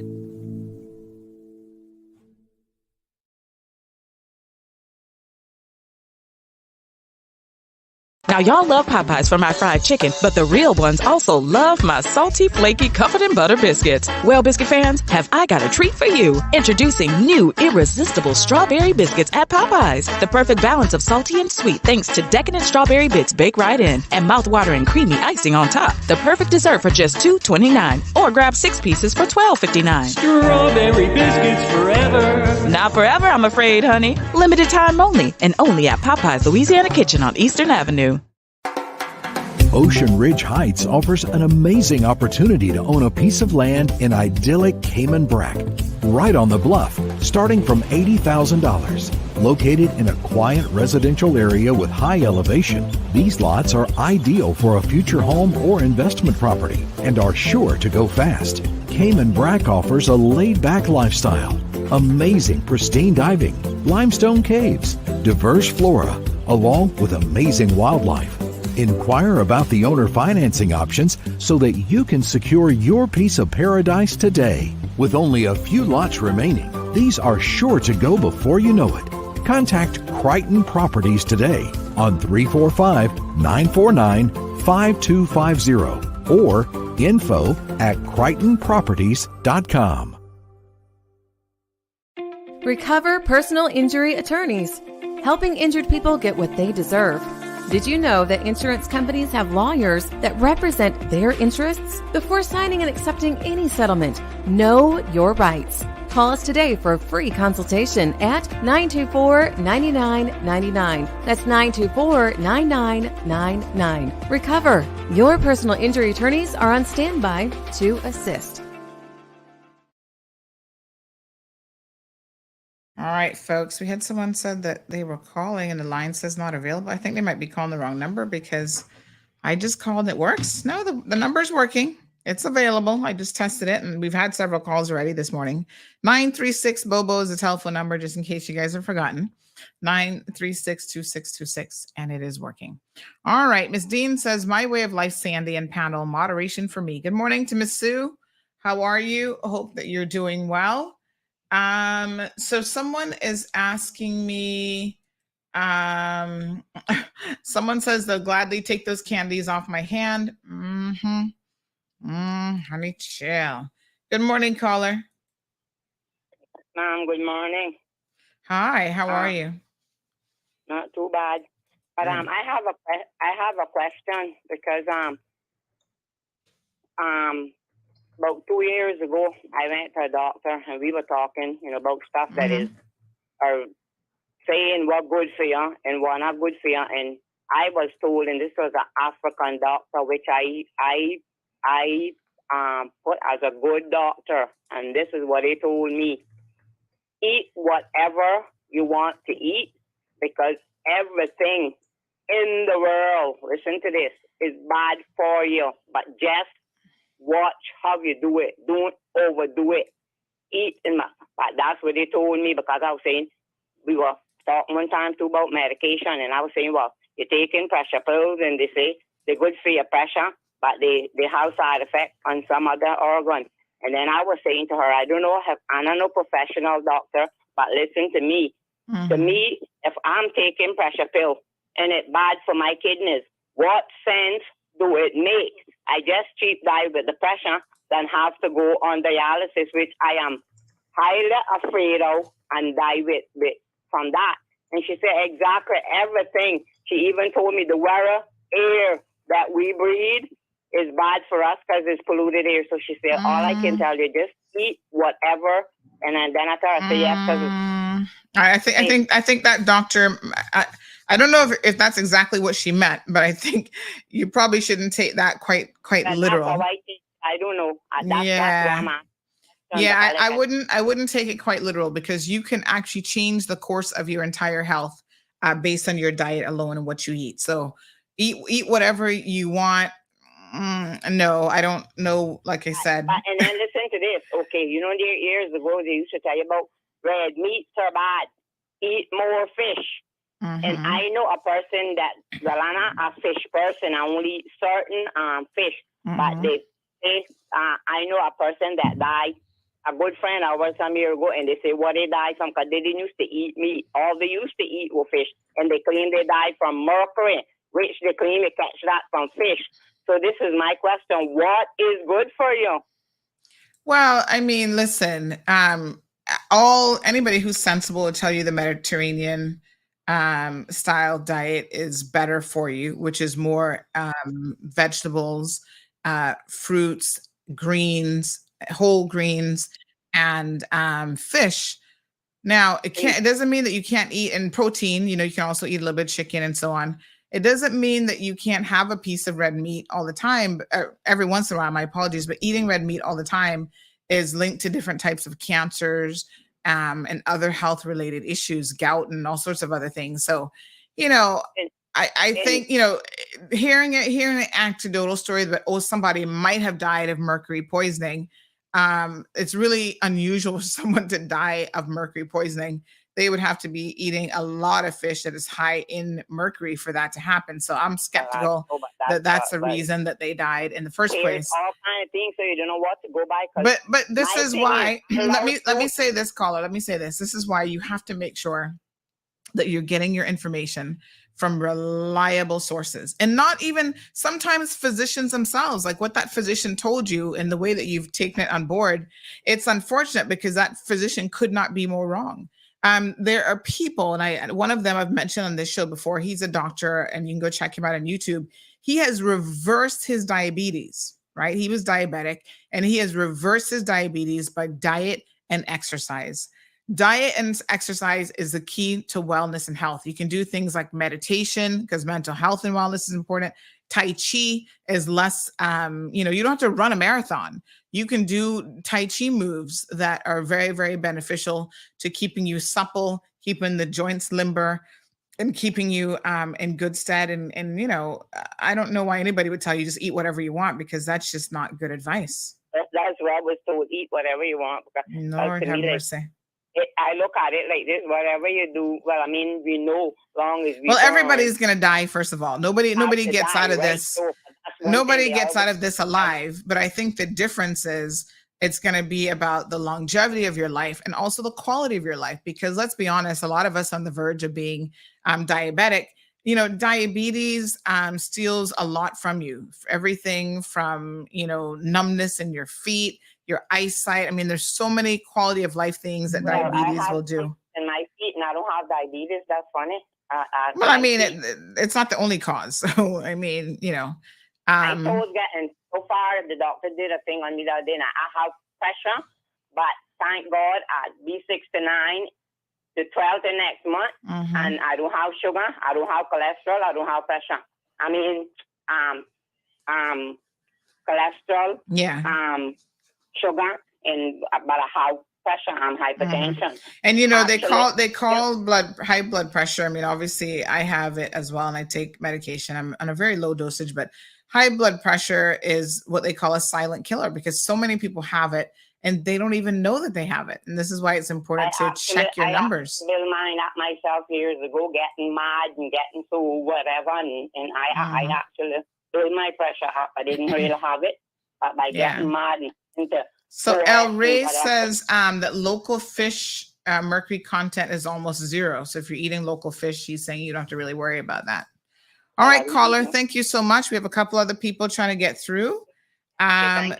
Good morning, caller. Welcome to the program. Hi, good morning. Good morning, dear. How are you? I just wanted to know that I'm loving this conversation about taking care of your health. Thank you so much, my dear. Yes, I remember maybe about 4 to 5 years from now, I used to have terrible acne. Terrible acne. Went to a lot of dermatologists, and when they give me medication, you know, it just clear for a while and then it just comes right back. And you know what I had to do for myself? I had to cut certain things from my diet completely because those medications weren't doing nothing for me. Yeah. Right now, Sandy, I don't eat chicken almost 9 months now, going 10 months now. I don't eat chicken, no pork, no beef, none of those things. And I don't drink soda, period. Good for you. I mostly drink water. I mostly drink water. And right now, I have the nicest skin ever. And that has a lot to do with what you basically put into your body. Because I remember when I used to eat all these sweet, all these cake and candies and stuff, it basically show on your skin. And to change your diet, it takes a lot of discipline to do that. You have to be determined, because sometimes you may feel for a soda, but always think about what it is going to do for your body. And just like smoking and drinking, you know? So each time you feel like you maybe want to smoke something, you try to find something else to cut that out. And I basically do that, and it's been years now. I don't drink a soda. And it's going 9 months now, I don't eat no meat, no pork, no chicken, none of those things. The only thing that I eat right now is like a little bit of fish and maybe some shrimp. That's it. I mostly eat vegetable, and I can tell you, I can see the difference in my skin. I feel different in my body. I just have my baby a couple months ago, and right now, when I go out, sometimes people asking me, "You sure you just have a baby?" Because all of those things that you eat, you know, you let you gain a lot of weight, and gaining weight, it always comes first in your belly. Always. So right now, one of the best things we can do for ourselves is taking care of our health. Yes, that is one of the best things we can do. So I'm really loving this conversation, and thank you for having those people on this morning. All right, beautiful. Thank you. Thank you. All right, dear. 9362626. So, okay. Good. Let me see. Rennie says, that's wrong. Eat healthy and balanced. If you cut out certain meats, you have to replace it with plant-based foods and supplements. You have to know what your body needs and what food gives you the vitamins and minerals that your body needs. So it's important to choose the right foods. He goes on to say the human body was not designed to consume meat. Meat is one of the cause of many health issues. Good morning, caller. Welcome to the program. Hello. Yes, sir. How are you doing? Not bad. How are you? I just circling this. Yeah, I'm listening here. I am a big car. Just turn down your radio for me, and then we can hear you a lot better. Yeah, I'm and I understand what that is all about, because it took my late wife's life. She became bedridden and everything, and she went through different things like diabetes, not to offer. But I have reached 70 years. And the Bible, I'm very biblical, but the Bible is a important thing. So I tell people that. Just speak up a little bit for me. I'm having some difficulty hearing you. Just repeat that for me. I tell my friends that haven't reached 70. Yes. Any number can play. Mm-hmm. You see? So people talking about not eating this and not eating that. You eat. I eat what I feel like eating, but I have it in moderation. So nobody's not going to tell me at 70 that I cannot eat pork. I cannot eat fish. Nobody cannot tell me that. I eat what I feel like eating. You see? So I'm enjoying my life. I exercise a lot.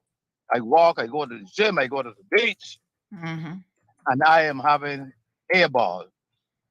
So the key to this life is to love.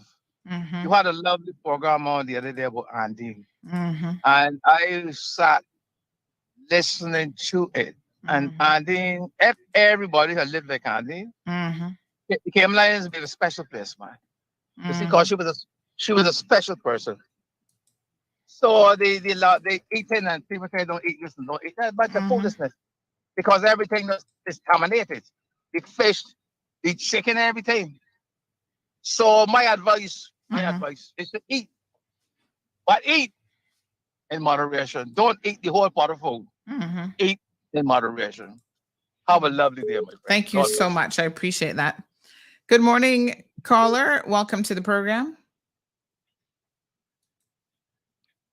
Sorry, morning, caller. Oh, I think we've lost them both. Give us a call back, caller. 936 Bobo is the telephone number. El Ray, we still begging Flo for that toll-free number all now. Can't make it happen. Speaking of Flo, I see you guys got a little slap on the wrist the other day from Offreg. No bueno. Y'all been misbehaving, increasing fees and not getting Offreg's permission.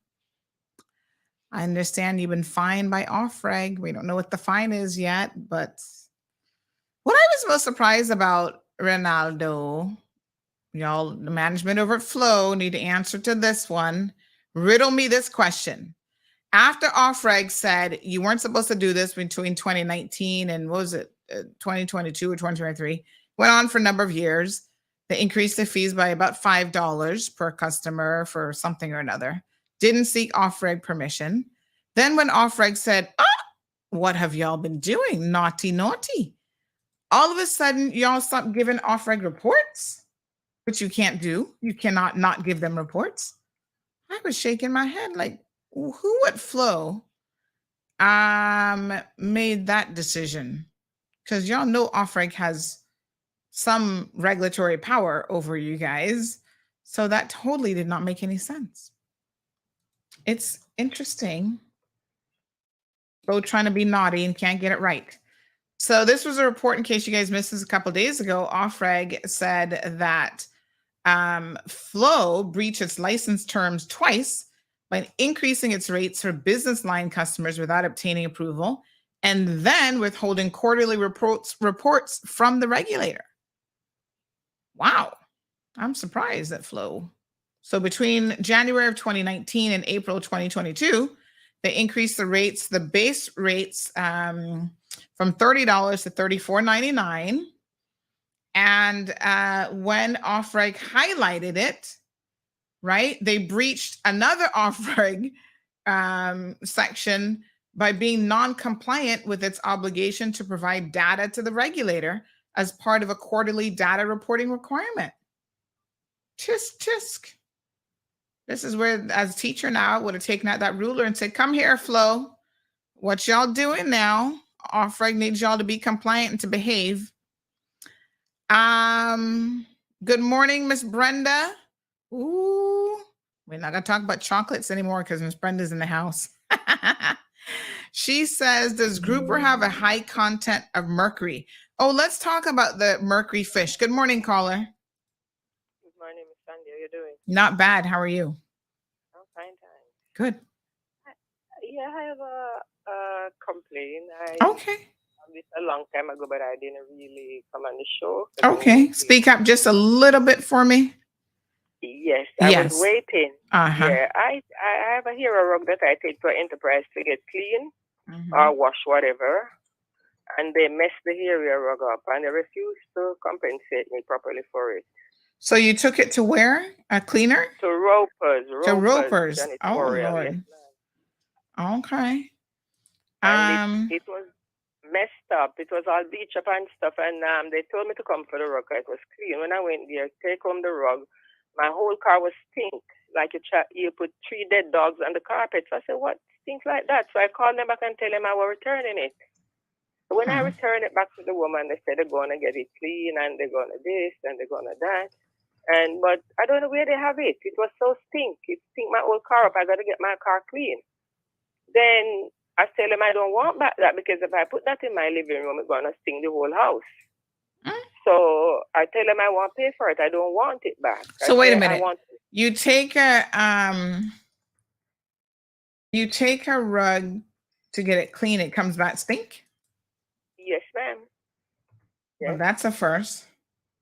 Yes.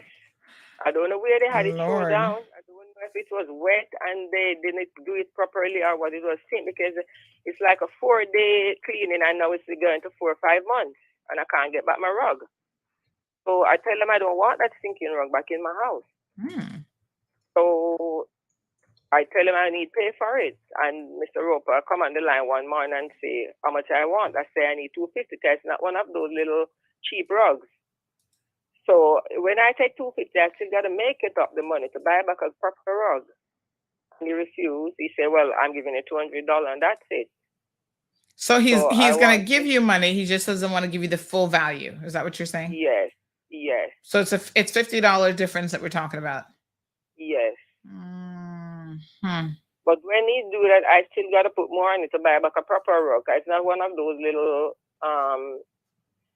It's not a cheap rug. Cheap rug. Yes. Yeah. All right. He refused. I keep waiting and waiting and waiting on him.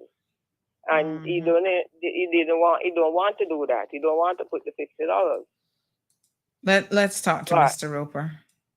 Yes, about because this. you can't take in something. He's providing a service, so you need to do a proper service. I don't Yes. know this worker's not doing a proper service, you know? Let's see if we can get Roper on the phone this morning. Give me a second. I'm actually going to call him. Oh, hold the line. Hold the line. What? The lady that was dealing with it is Miss Ruth. I think it's his assistant. Miss Ruth. And yes. Hold on one second. Hold on. I think Roper would want to make this right. $50 it's only $50, folks. Don't when it comes to your customers, don't quibble over $50 because then you're gonna lose the customer in more ways than one, which don't make no sense. I'm just saying. Silent. Hello, Mr. Roper. Good morning. It's Sandra. How are you? Who is it? Sandra Hill. Remember me? Has it been that long? Oh, my dear. When you get as young as I am, you forget everything like that. Yeah. What's happening? Listen, I've got you on a call right now with a lady who says that she would like to she's calling me on the live show to complain that she had brought in a rug to you guys and it got destroyed and I don't know what happened to it, but it was stink after she brought it in. And so she wanted a refund for her rug and you agreed to pay her $200 instead of $250. She's holding firm at the $250. Can we just pay her the $250 and call it a day? It's $50. For you, I will do anything. This woman is a thing. Shall I please? The check is here in my office right here now. All right. Here, so just like that, we can settle this, squash it, $250 and done. Sandra, that's fine. All right. Sandra. Yes, sir. We come into the world with nothing. I will leave with nothing. Yes, that is so true. Is a dangerous person. Oh my goodness. Just give her the $250 and just leave it like that, and we'll wash our hands of it. All right, darling. Yes. I appreciate you so much. Yeah, why didn't do that from time till I have to call? All right, no argument. Life is too short for arguments today. Yes, Mr. Roper has agreed, and no arguments from him. He's gonna pay the $250. He say anything from me, 250 sold at 250. Thank you, Roper. Love you like cooked food. You have a good day, darling. Okay. Okay. All right. Madam, you got your 250. You got your extra $50. Please go and enjoy it. Life is too short for anything else. Problem solved. Cha-ching. All right. Salmon and mahi-mahi. Fresh snapper, says Masu. Good morning to the beautiful Miss Jan. Alejandro said, what did I miss? Stacy's here. Sandy's laughing. Lavana says, only Sandy boy. Lord have mercy. Listen, sometimes I can't take the argument. Just be done. It's $50 for God's sake. Let's just move on. Call the step people, 936-4969. We're problem solvers around here. All right. Barbara says, laughing out loud, that was quick. Not too many people like me to call. I mean, I'd be like, oh, Lord, Sandy got me on the phone. First Lady Jeanne says, if I love you one more time, aw, heart emoji. Yeah, me can't take no arguments. Just get it $150. Listen, in the world of business, I'm going to tell you all something, right?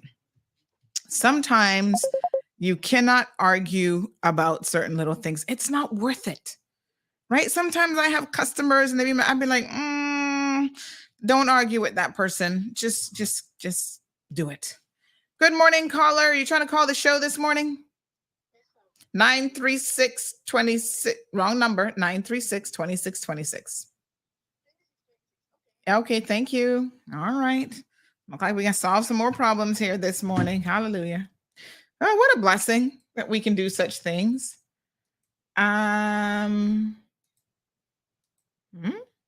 What is, okay. All right, caller, good morning. Good morning, Miss Sandy. Hi, and good morning to all your faithful listeners. I was just thinking about the flow increase, and when I paid my flow just kind of 3 days ago, I have been paying it for a year. I mean, for 109, and suddenly when I went there, I was charged for 129. I said, "What? There was no increase. Oh, I have no notification that I did not even apply for any upgrades." That was almost $30 increase. So you saw your bill go up. Yeah. So I need to go there at their customer service and sort this out. Yes. Well, I tell you what I'm gonna do. I see your number. Give me 1 second. I'm gonna email the Flow team right now. We have a good working relationship because I just tell them like it is. It's as simple as that. So please call this customer. And you said it went from how much? It was 109.65 for the year, for a year that I have been paying it, and suddenly it went to 129 something because I had a customer discount for loyalty, and then they said that they had discontinued the loyalty discount. And I don't know why. You would have. I mean, you would have thought that you would have more loyalty discounts because the year had passed and your loyalty had increased. Oh, Lord have mercy. Okay. Well, that's a good way of looking at it. They're still with you, so the loyalty is getting more loyal, getting better. All right. I've sent it to the Flow team. Hopefully they can give you a call and get that sorted out. Thank you. If you don't hear from them in a couple of days, call me back and let me know. No, if I don't hear from them, they'll hear from you. Lord have mercy. Have a good one. Thank you. All right, there. 936 Bobo is the telephone number. Alejandro says, I'm business. If you're the boss, just take a loss. Stacy says, go see the rug now. She just want a new rug. Well, listen, I don't know how a rug goes to be clean and come back stink. That just don't make no sense. But anyhow, we can just keep it moving and solve some problems. Good morning, caller. Welcome to the program. Yes, morning, Mama. How are you? Not too bad. How you doing? Yeah. I want to find out about this flow thing. They what they added on. They got the duck out of the people bill this month or the month's coming. They got the duck out back out rather than just paying a fine. I mean, those were business clients, and Offreg has not said yet, because apparently they have to notify Flow of what the penalty is, and then they have an option to appeal. So they can't make any official statements about the penalty part of it until that phase has passed. So we have to wait until all that then flushes out a bit later on. But we'll be in a position to let you know. So we don't know. I'm assuming that if they hadn't gotten permission for it, that Offreg would probably make them refund it, but I don't know that for sure. So let's wait and see what Offreg is going to do. That's how it should be, especially if it's even if it's for business. Yes, because money. Yeah, money's money. Yeah, exactly. All right. I'll see what Big and I can do. Thanks, darling. All right, we got another caller. Good morning, caller. Welcome to the program. You see, Miss Sandra, the reason why they're holding out on you and that little toll free that people like myself would benefit from is because you won't stop giving them grief. Ray. That's what you got called Ray. Ray. I think you can't do something for poor people, Ray. I think Ray been working on it, but I don't know the ins and outs of the operations over at Flow. So the ins and outs of the operation that you giving them grief. That's it. Not difficult. Stop giving them grief. You'll see how fast it'll come down. Ray help out the poor people though. You know, from Shade and Eastern now. Do your thing. What I'm gonna say is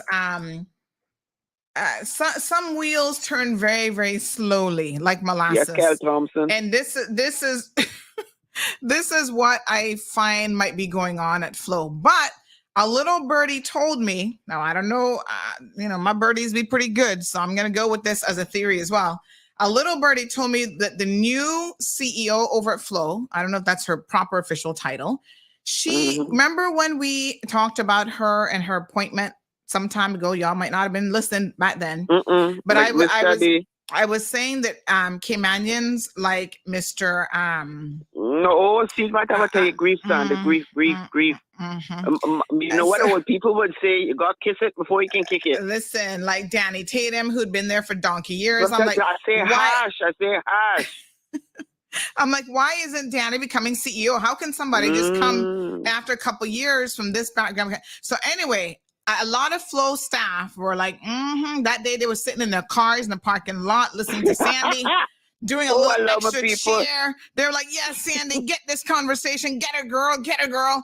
And so I understand she might be blocking the toll-free situation or any further dealings with Flow because she's still up in her feelings and all upset. But she needs to get over it, honey child. We call you out when necessary. But y'all, I got plenty of love for Flow, but if you're wrong, you're wrong. And if Caymanians need to be in these management positions like CEO and whatever, then I'm going to just tell you how it is. You don't have to like it. So she's still in her feelings about that. And so she thinks she's penalizing me by not giving us a toll-free number. But praise the Lord. What she's doing is running people like me to the big red machine. I was there already. Yeah, listen, y'all still calling in, even though it's not toll-free. Hallelujah. Yeah, we understand that too, but no, we got really good. Me personally, I need to go visit the big red machine because I was saying the whole thing out of Jamaica and I never hear more. I never had a better about 12 months, little more, little less. But for the proximity of the cable and wireless, and I'm a certain age, so you don't notice I can't say Flow, can't roll off the tongue like that.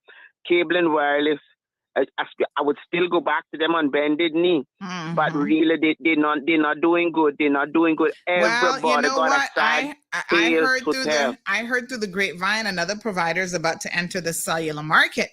And even yesterday, they were in my area knocking door to door. And they're like, Sandy, we soon come mobile phones. We come in looking for you. And I said, oh, I said, but Flo got me covered for mobile. They takes care of me, honey child. And they said, we gonna have better deals. And I was like, Okay, thank Flo you. better step up and start advertising in CMR. That's all I can tell them. No, at one time, not so long ago, they had a crew going out. I think they say it in the district of West Bay. They picked their finest and their best and their most stellar to send out. And I thought that was some kind of lesson that they were learning, but look like they've gone back to their old ways of not caring. But you know, when you see certain Maybe people that that have CEO been there not getting the messages then. for years and years, I know they give good service. They knock on the door, they got smile for you, they telling you things. Ooh, the line getting hot here now, boy. People got something on their minds. All right, honey child. A little bit too. Behave yourself, please. I'll do my what? I do my best. Hold on now, another one. Hold on. And I saw one other one trying to call. So let me see how many we got. 3 people on the line. What? Hold on. Okay, I go on so you can get. Peace. The phone line just blew Go up. on so you can get. Are all y'all here to cuss Flo over this toll-free number? Yeah. What happened? No, we made them great when they came to Cayman. You wasn't here. You wasn't even born in the 1960s. They walked them down the place. They used to treat people, Cayman people good. Cayman people left. Plenty of them left a good package. Some of them left we adding one more. This seems to be a very hot topic all of a sudden. Work for the company. After they left the company, all that used to go on, and then all of a sudden we know about it. Yeah, we have 5 people. All right, Miss Charlene. That's 5 people on the line. Let me see who called in first of the 5. Give me 1 second now, honey child. I think it was 1811. You go first. Well, good morning. Good morning. And I should be first. I mean, if you're going by initials, I take it first either way. We'll take it. Good morning. Listen, anybody can have conversations about chocolates around me. That don't bother me. I'm the chocolate, so I am with everything else. I have my preference. And just for the record, I really love dark chocolate. Because that is the good one. And if someone thinks that's not correct, I will challenge you on that. Anyway, I that the conversation this morning was about dieting. And Sandra, you've seen me. And I would ask you now to tell me if you think I need to be on a diet. No, but you might be one of them slim people that you can't really tell because you just got good genes, girl. Some people will bless. No, it's probably good genes, but it's also good discipline. Yes, and that's where it matters. Yeah. But anyway, and then I'm going to turn it to Sandra Hill about Flo. They have been behaving badly for a long time. And they even got into the habit of charging people for packages that they were not providing. That's why I no longer have certain services with them. And they had the audacity to ignore me when I didn't have to serve it because they don't need my business. So I took it elsewhere. And when they realized that it had gone elsewhere, now they won't stop calling me. So please stop calling me. When I needed you to call me, I'm going to say, Claire, white enough and rich enough to have a call back, okay? So I'm dealing with a company that don't mind dealing with Black people and Caymanians. So for those of you who are confused about why Dana Tatum couldn't get the job, so let me spell it out in plain English. He's Caymanian. He got liquor star bright. But that's who strikes against him. Okay? Well, I know the new CEO upset with me already. So in for a penny, in for a pound. Let's go for it. Let's go for it, honey chill. Also, your hair, like the others, it's pure highway robbery. And the question that man was asking just now, I can answer it for him. Yes, whoever they were overcharging without permission, that should be reimbursed because they didn't have permission to do it. And even if they challenge it and they win the challenge, they should only be able to increase it from the date that the challenge is won. If it was a court case, that is how it would go forward. It would be retroactively rewarded for bad behavior. All right, leave me there. We got some other callers on the line. They riled me up this morning. Yes, honey chill. I'm tired of hearing about their bad behavior. Let us hear something good about them for once. Anyway, people, have a wonderful morning.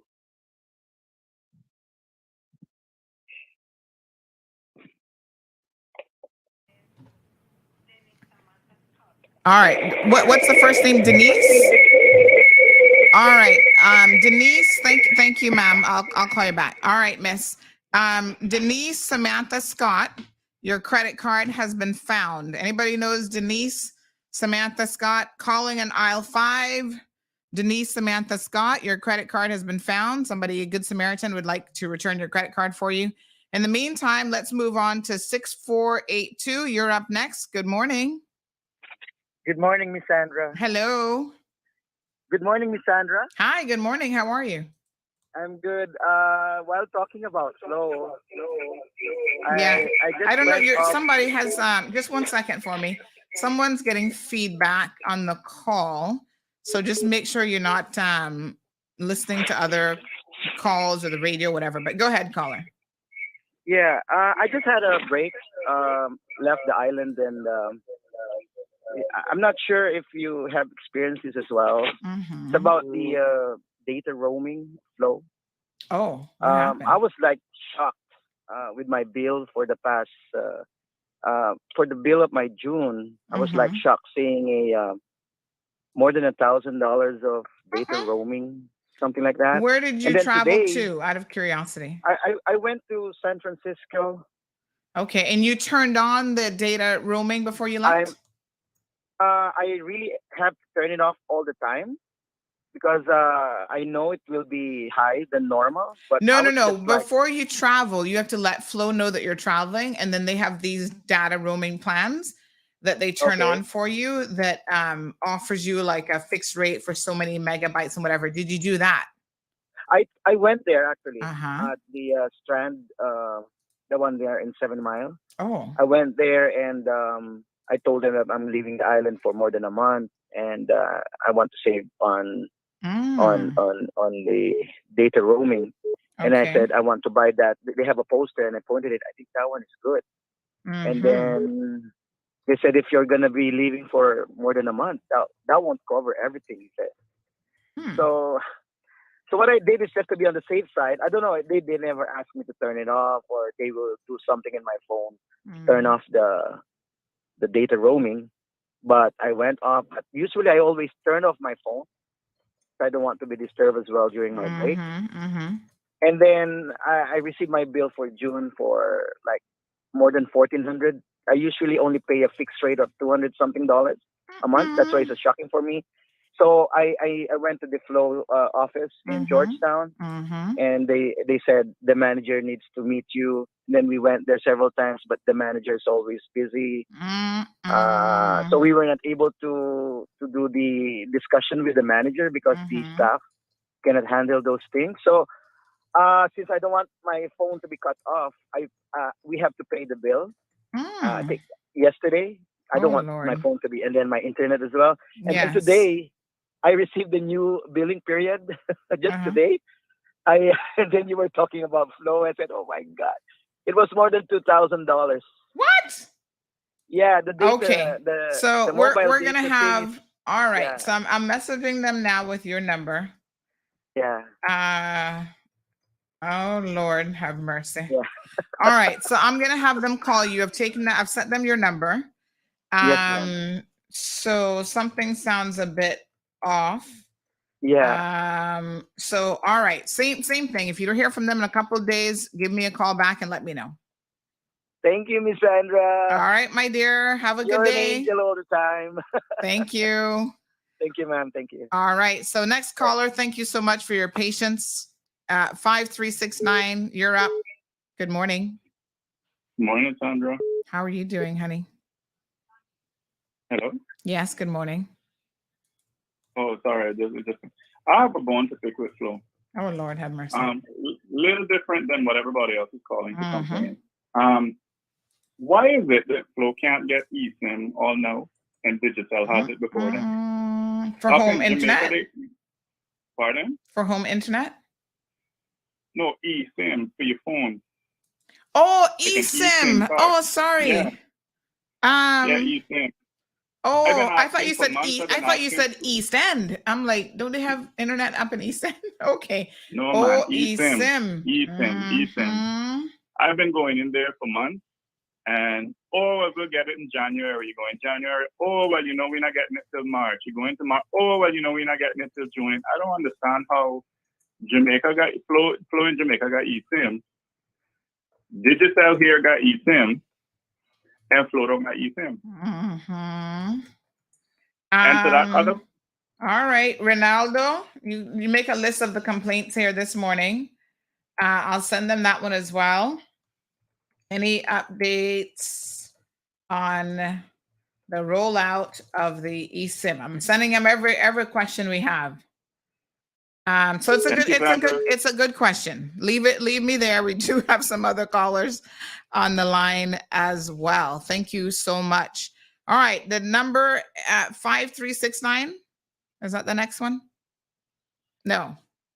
2675. You're up next. Cool. Hello.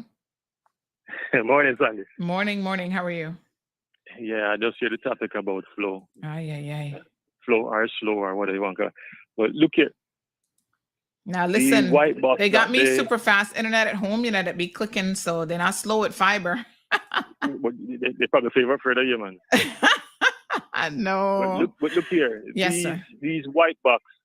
White box. That they now providing for the customers. What are the white boxes for?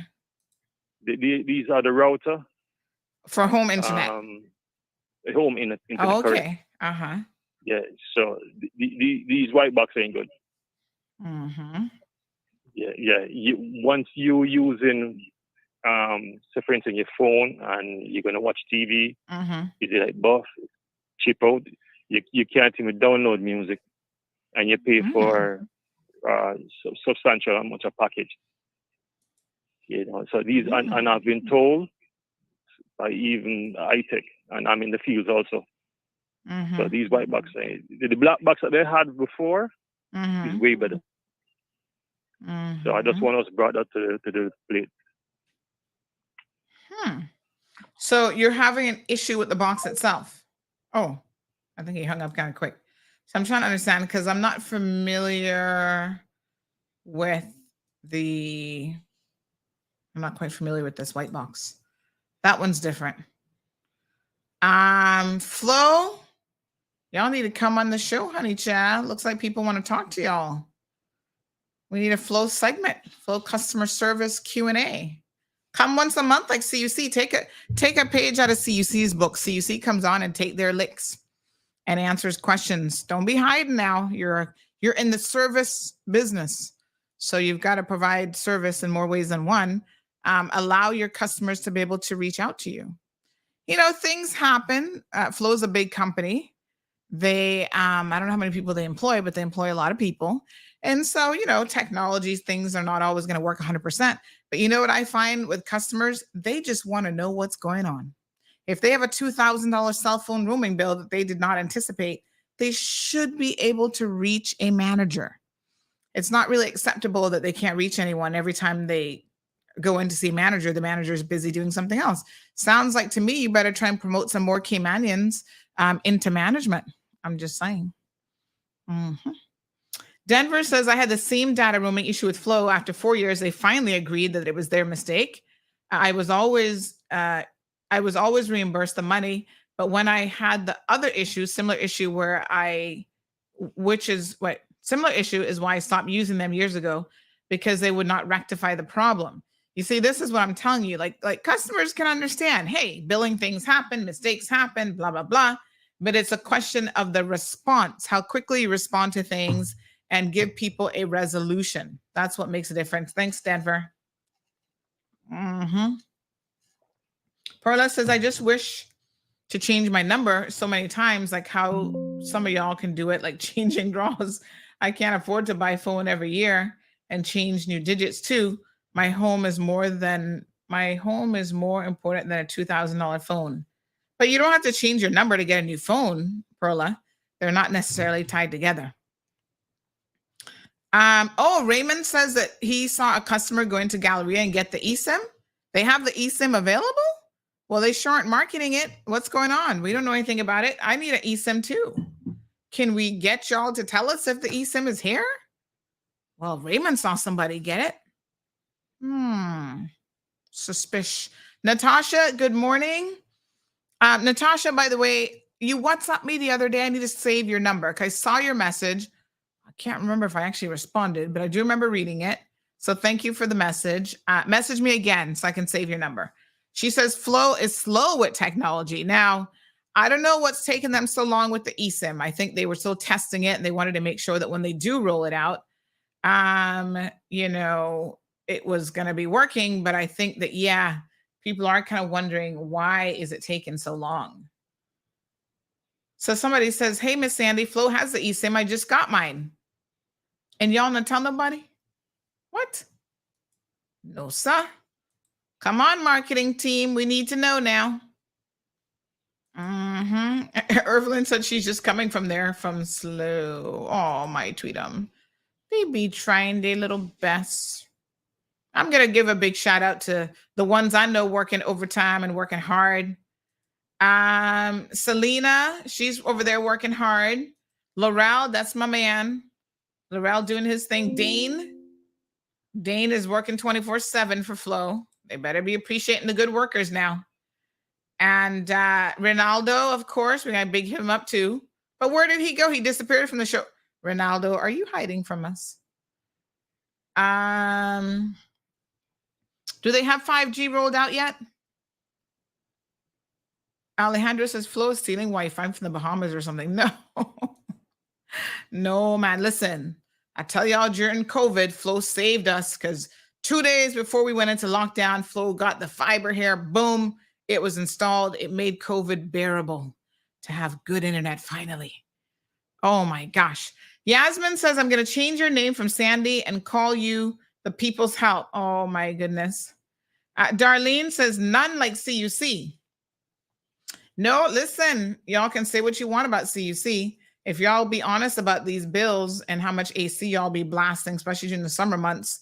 And, I appreciate CUC coming on here. I think they're going to come. They're rolling out something else. So I think they're slated to come next week. I can't remember now. Maybe next week. Again, they've been on it. Miss Dean says, it's always good to be in the know, Sandy. Indeed. Thank you, Miss Brenda. She says, coming on and taking licks, but not making any changes or corrections only further frustrates the customer. Well, I wouldn't say that about CUC. Perla says, come out, wherever you are, Flo. I think there's a collective call this morning for Flo to come talk to the people, address us. Brenda says they're selling fiber in area where they don't have fiber installed. How can that be? No, sir. Thank you, Natasha. I know I saw your message, but I couldn't remember. But just ping me again because I do want to save your number. Alejandro says, one thing I know, they don't limit how much they charge you. So they ride your pockets like just don't care. Put that cowboy hat away. Well, you turn that off. Ray must have gone back to work. Darlene, he disappeared. Darlene says, come back, Ray. Ronaldo, we're waiting for you. Good morning, caller. Good morning. How you doing, honey child? I am good. Oh, like so what's wonderful. going on. Anyway, in regards to Flo, other people are noticing it, like prepaid, and it's affecting postpaid bills. But you'll see the 7 digits come up on your phone. Yes. And when you press send, you end up with seeing Flo, and it always have a message, not available or not in service or whatever. So sometimes you end up making all 3-4 calls. So you're trying to call a number not getting through? No, but you get voicemails. Like you have to dial at the same. So it registers as a call on your prepaid or your postpaid. So, in old time days, CNW, Cable and Wireless, they used to call it keeping and worthless. That's before digital came in. So Lime use it more easily. And now Flow, fall in line always. I leave that with you. It's always a way to find a way to rob people or jack up the bills or something. I'm gonna invite Flo on the program, free of charge, Flo, because look, you need to talk to your customers, and I'm gonna help you do it. You watch it and let everybody watch it. See sometimes how many times you have to dial a number. Before you get. I don't normally have any trouble reaching people, but maybe I'm not calling too many people. I don't know. People be calling me. Yeah. All right, caller. Thank you for that. We'll pass that along as well. On to the next caller. Good morning, caller, and welcome to the program. My turn? Yes, sir. Yeah. Okay. No, I have to call back. Did I just hear on the program people say they went to Galleria and they got an eSIM? Yes. So I'm wondering how Flo not advertising that. No. Listen to me. About 2 weeks ago, I went to Flo in Savannah, and they tell me that they're not gonna eSIM. So here I go in today, and if they don't get an eSIM in Galleria, I'm gonna make you know. All right, keep me posted. I want to know because I need one too. I need an eSIM too. These eSIMs are interesting. It'd be good if they could even call and tell y'all the benefit of an eSIM and explain how all that works. Anybody at Flo paying attention this morning? Y'all over there asleep. I don't know what's going on. 936-2626 is the telephone number. So yesterday I left the show a little bit early. Y'all know this. So I could get to court on time. Oh, another caller. Whoa. Good morning, caller. Yes, ma'am. Good morning. One little brief one on Flo too. Yes, sir. Yesterday I was in Jamaica. They're trying to get my visa from the embassy. Yes. Put on $25 and $10. And ring came on and all it was said were taunt, and that was it. And I came back home, I put $10 on and it worked perfect. Then they wanted to sell me a scratch card in Jamaica that was no value, no way to get a refund, and no matter how much you complain. Then they told me that your problem is that this roaming system burns up your credit. I've been with Flo 40 years, and I had never had a problem, no part of the world ago. Oh Lord, well they definitely want to keep you, honey child. So they better call you and sort that one out. No, I don't want to call. I'm gonna do what the devil done. He stole the younger generation from Jesus Christ. So I'm gonna switch. I'm gonna switch to digital. No, hold on now before you make that switch. Sandra, did you see the news about Digicel last week? Getting bought out by some Americans. The majority shareholders now some American. Oh Lord, how does the story go again? But it seems like they're having some operational and financial issues. So if I were you, I wouldn't jump ship quite yet. I would give Flo an opportunity to at least give you a call and explain something. But I'm tired of putting on credit here. Yeah. Inside the shop from the machine, when I get outside the door, I go to call people and I can't get. And then when I get, you still in Jamaica? You have to go through to Jamaica. And when it comes back from Jamaica, they said I borrow credit. I never did such things in my life. I don't know how to do those things. So I just have to consider my loss, and no matter how arrogant I get to try to get back from Flo, nobody can tell me anything. If you call them, all you do is get an answering machines, and nobody answers. Yeah, the customer service definitely needs to be improved. I mean, they need to move that back to Cayman. Stop having that answered in Jamaica because it's just not working. I agree. Lord Jesus. All right, thank you very much. Thank you, my dear. What a mess. Flo taking some licks this morning. They take Cayman in for double dance, I know, and they're the biggest dance in the world. But they don't know who they're playing with. Yes. Thank you. Thank you, darling. All right. Next caller, you're up. Good morning.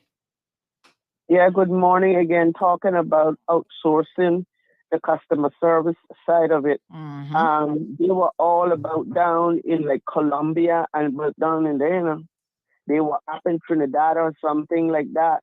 And we got people here coming out of school every year that are out of school sometimes. So they graduate like 2 years, 2.5 years before they can pick up a job. And we still do the ungodly, immoral thing and outsource these services when every one of these high school, they just got be school leavers. They got it covered. They understand IT. Just give them a little job and try to get them on the right path. Maybe they'll be a lifelong, employee with the company. But no, they don't do anything in Cayman anymore. And I'm old enough to know when they were the only thing we had, and we had good. I don't know what happened to the business model, or if the old guard has all died off and left nothing in print. I don't know, but it's really sad. And yes, please tell me about the story about I call it the big red machine, and what has happened in the U.S. I'm hearing it, but I'm not understanding the finer details. So it's not really making any sense. And what you say now, we got to wait now for Flo to stand up in the corner for a long time until the protest has run its course before we find out how it is that our flag can smack them up. Soon come. Let's grab this other call. Yeah, but even on the tomorrows, make us know what it is that really transpired, the financials of it and all. Thank you very much. Okay, caller, good morning. Welcome to the program. Morning. I guess I had to call in on this too, because who had more run-ins with them than me? You name it. I even changed my internet after we how many years it was, we were like careless and worthlessness, I call it, but at least they were the best we had, because I was told about Flo before they even moved here by a person that is a born Jamaican. Said I was the worst company that could ever come to Cayman. They told me that before they even get in operations, and I prove it, but they never mess with me. But somebody fraud my husband's identity. Can you imagine?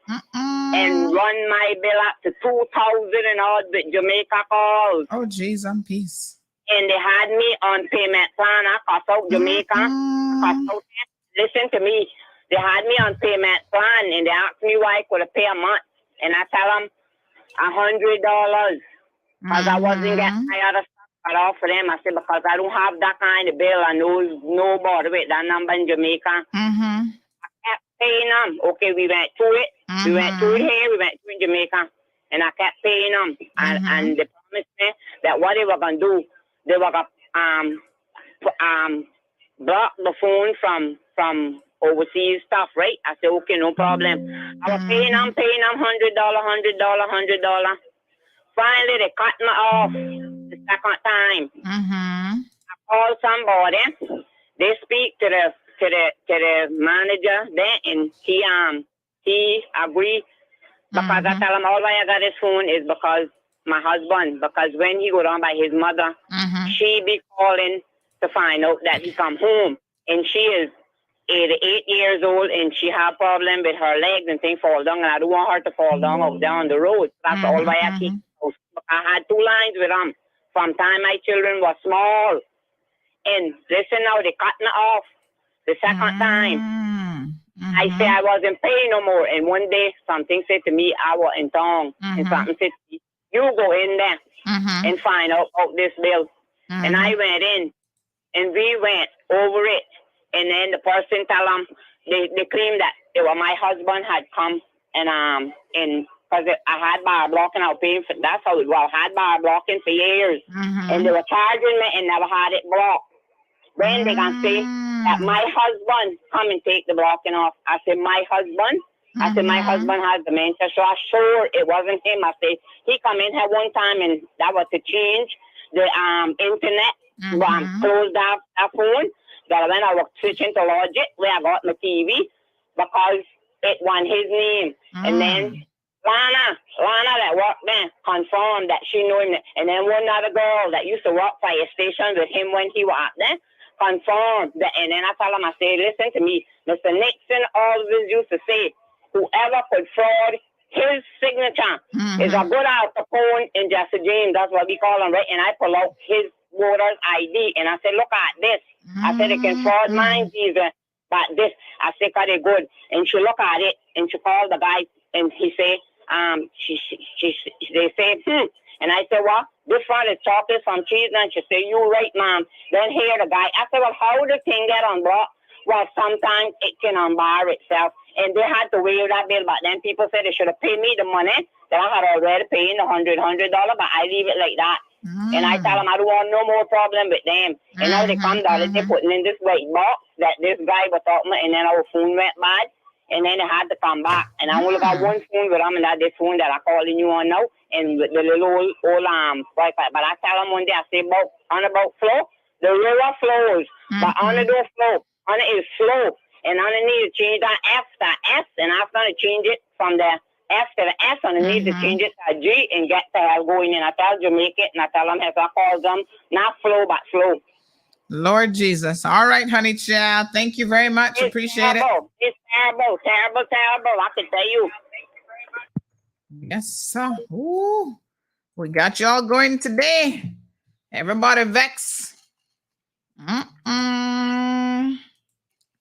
Natasha says, I was advised by Flo, that when you connect via Wi-Fi, it first starts the download of the messages over your data before it connects to the Wi-Fi. Say what? That don't make no sense. That's what somebody told you at Flo? If you're roaming or just generally speaking?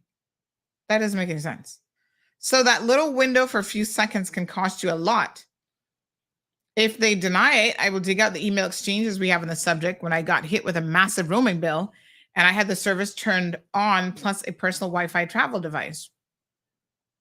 Say what? I'm confused by that.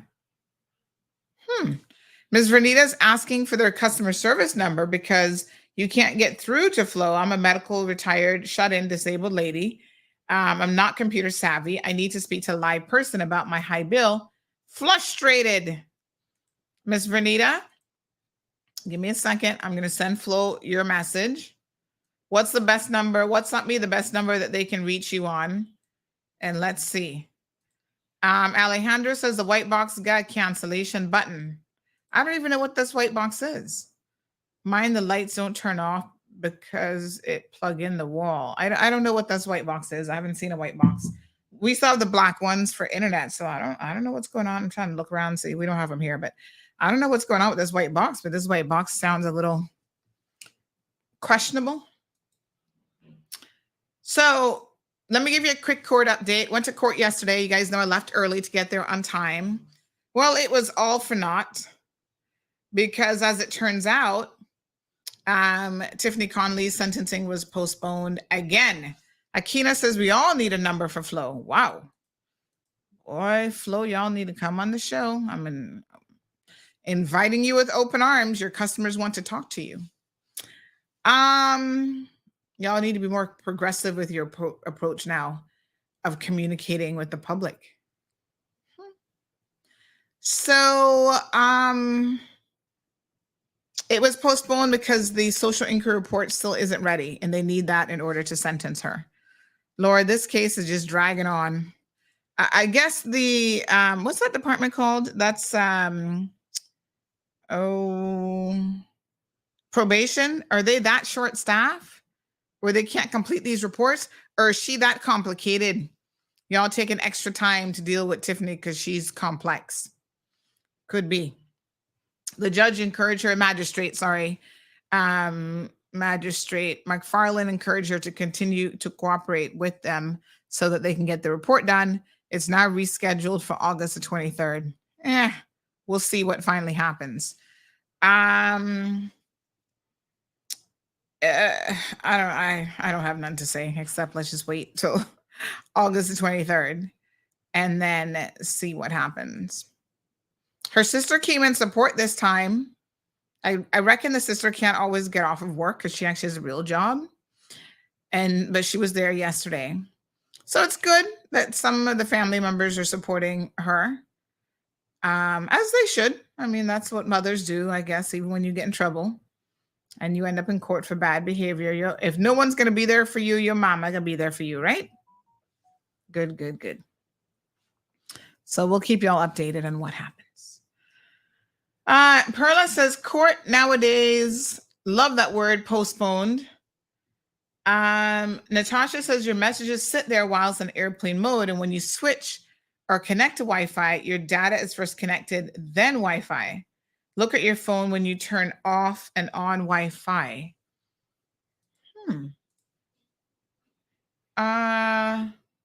But you can have Wi-Fi on without data, So you don't have to turn data on. Remember, you have two separate settings. So you can actually turn the data off and just be on Wi-Fi. In fact, yeah. So that's what I did this last weekend when I went away. It didn't make any sense for me to message them about turning on my roaming, so I didn't do that. I went into cellular data and I had that off completely. And I only use my Wi-Fi. And then I do have a US phone that has unlimited data. So I put that chip in another phone and I was tethering off of that and just using public Wi-Fi, like at the hotel for the night and whatever.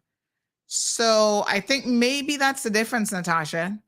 You can't leave the cellular on. So turn that off completely and just keep on Wi-Fi so that when you come out of airplane mode, it only goes to Wi-Fi. Flo wouldn't explain that to you and tell you that, because what they're saying is like, if that's true, then they should be telling you how to save money. Just turn cellular off. Dean says she has a problem with Flo. And the other network isn't any better. Alejandro says the SIR report should be provided by her. Why they so lenient in her? If it was me, they'd find an SRI. No. The SIR report, the social inquiry report, they prepare probation, prepare for the court. So normally what they do is they talk to people in your life. My concern with this, though, is she's so good at putting on an act and being something that clearly she's not. She needs help. She needs professional help. She needs anger management. That I don't know who they have working in her case. I don't know if they're going to get it. That, yeah, she might look polished on the outside. She might look good, but you break up with her and she'll kick you down. So I think that, they and one of the things that they look at in the SIR is your propensity for reoffending, whether you're likely to reoffend again or not. And that's something that the court takes into consideration, because if you're a first-time offender, which she isn't, by the way, this is like the third time at a rodeo, but if you were a first-time offender and you had, remorse, you'd express remorse and all this kind of stuff, then they would say, well, we're not going to send you to jail. We're going to give you a second chance. This is where the options for alternative sentencing comes in, right? But remember, Tiffany is not a first-time offender. So this is really important to recognize. She didn't have those recorded before this offense. Now they're recorded because she's breached probation. And so the fact that she was already in probation for a similar situation and she breached it is something that the court is going to take very, very seriously when deciding what now to do with her in terms of sentencing. Good morning, caller. Welcome to the program.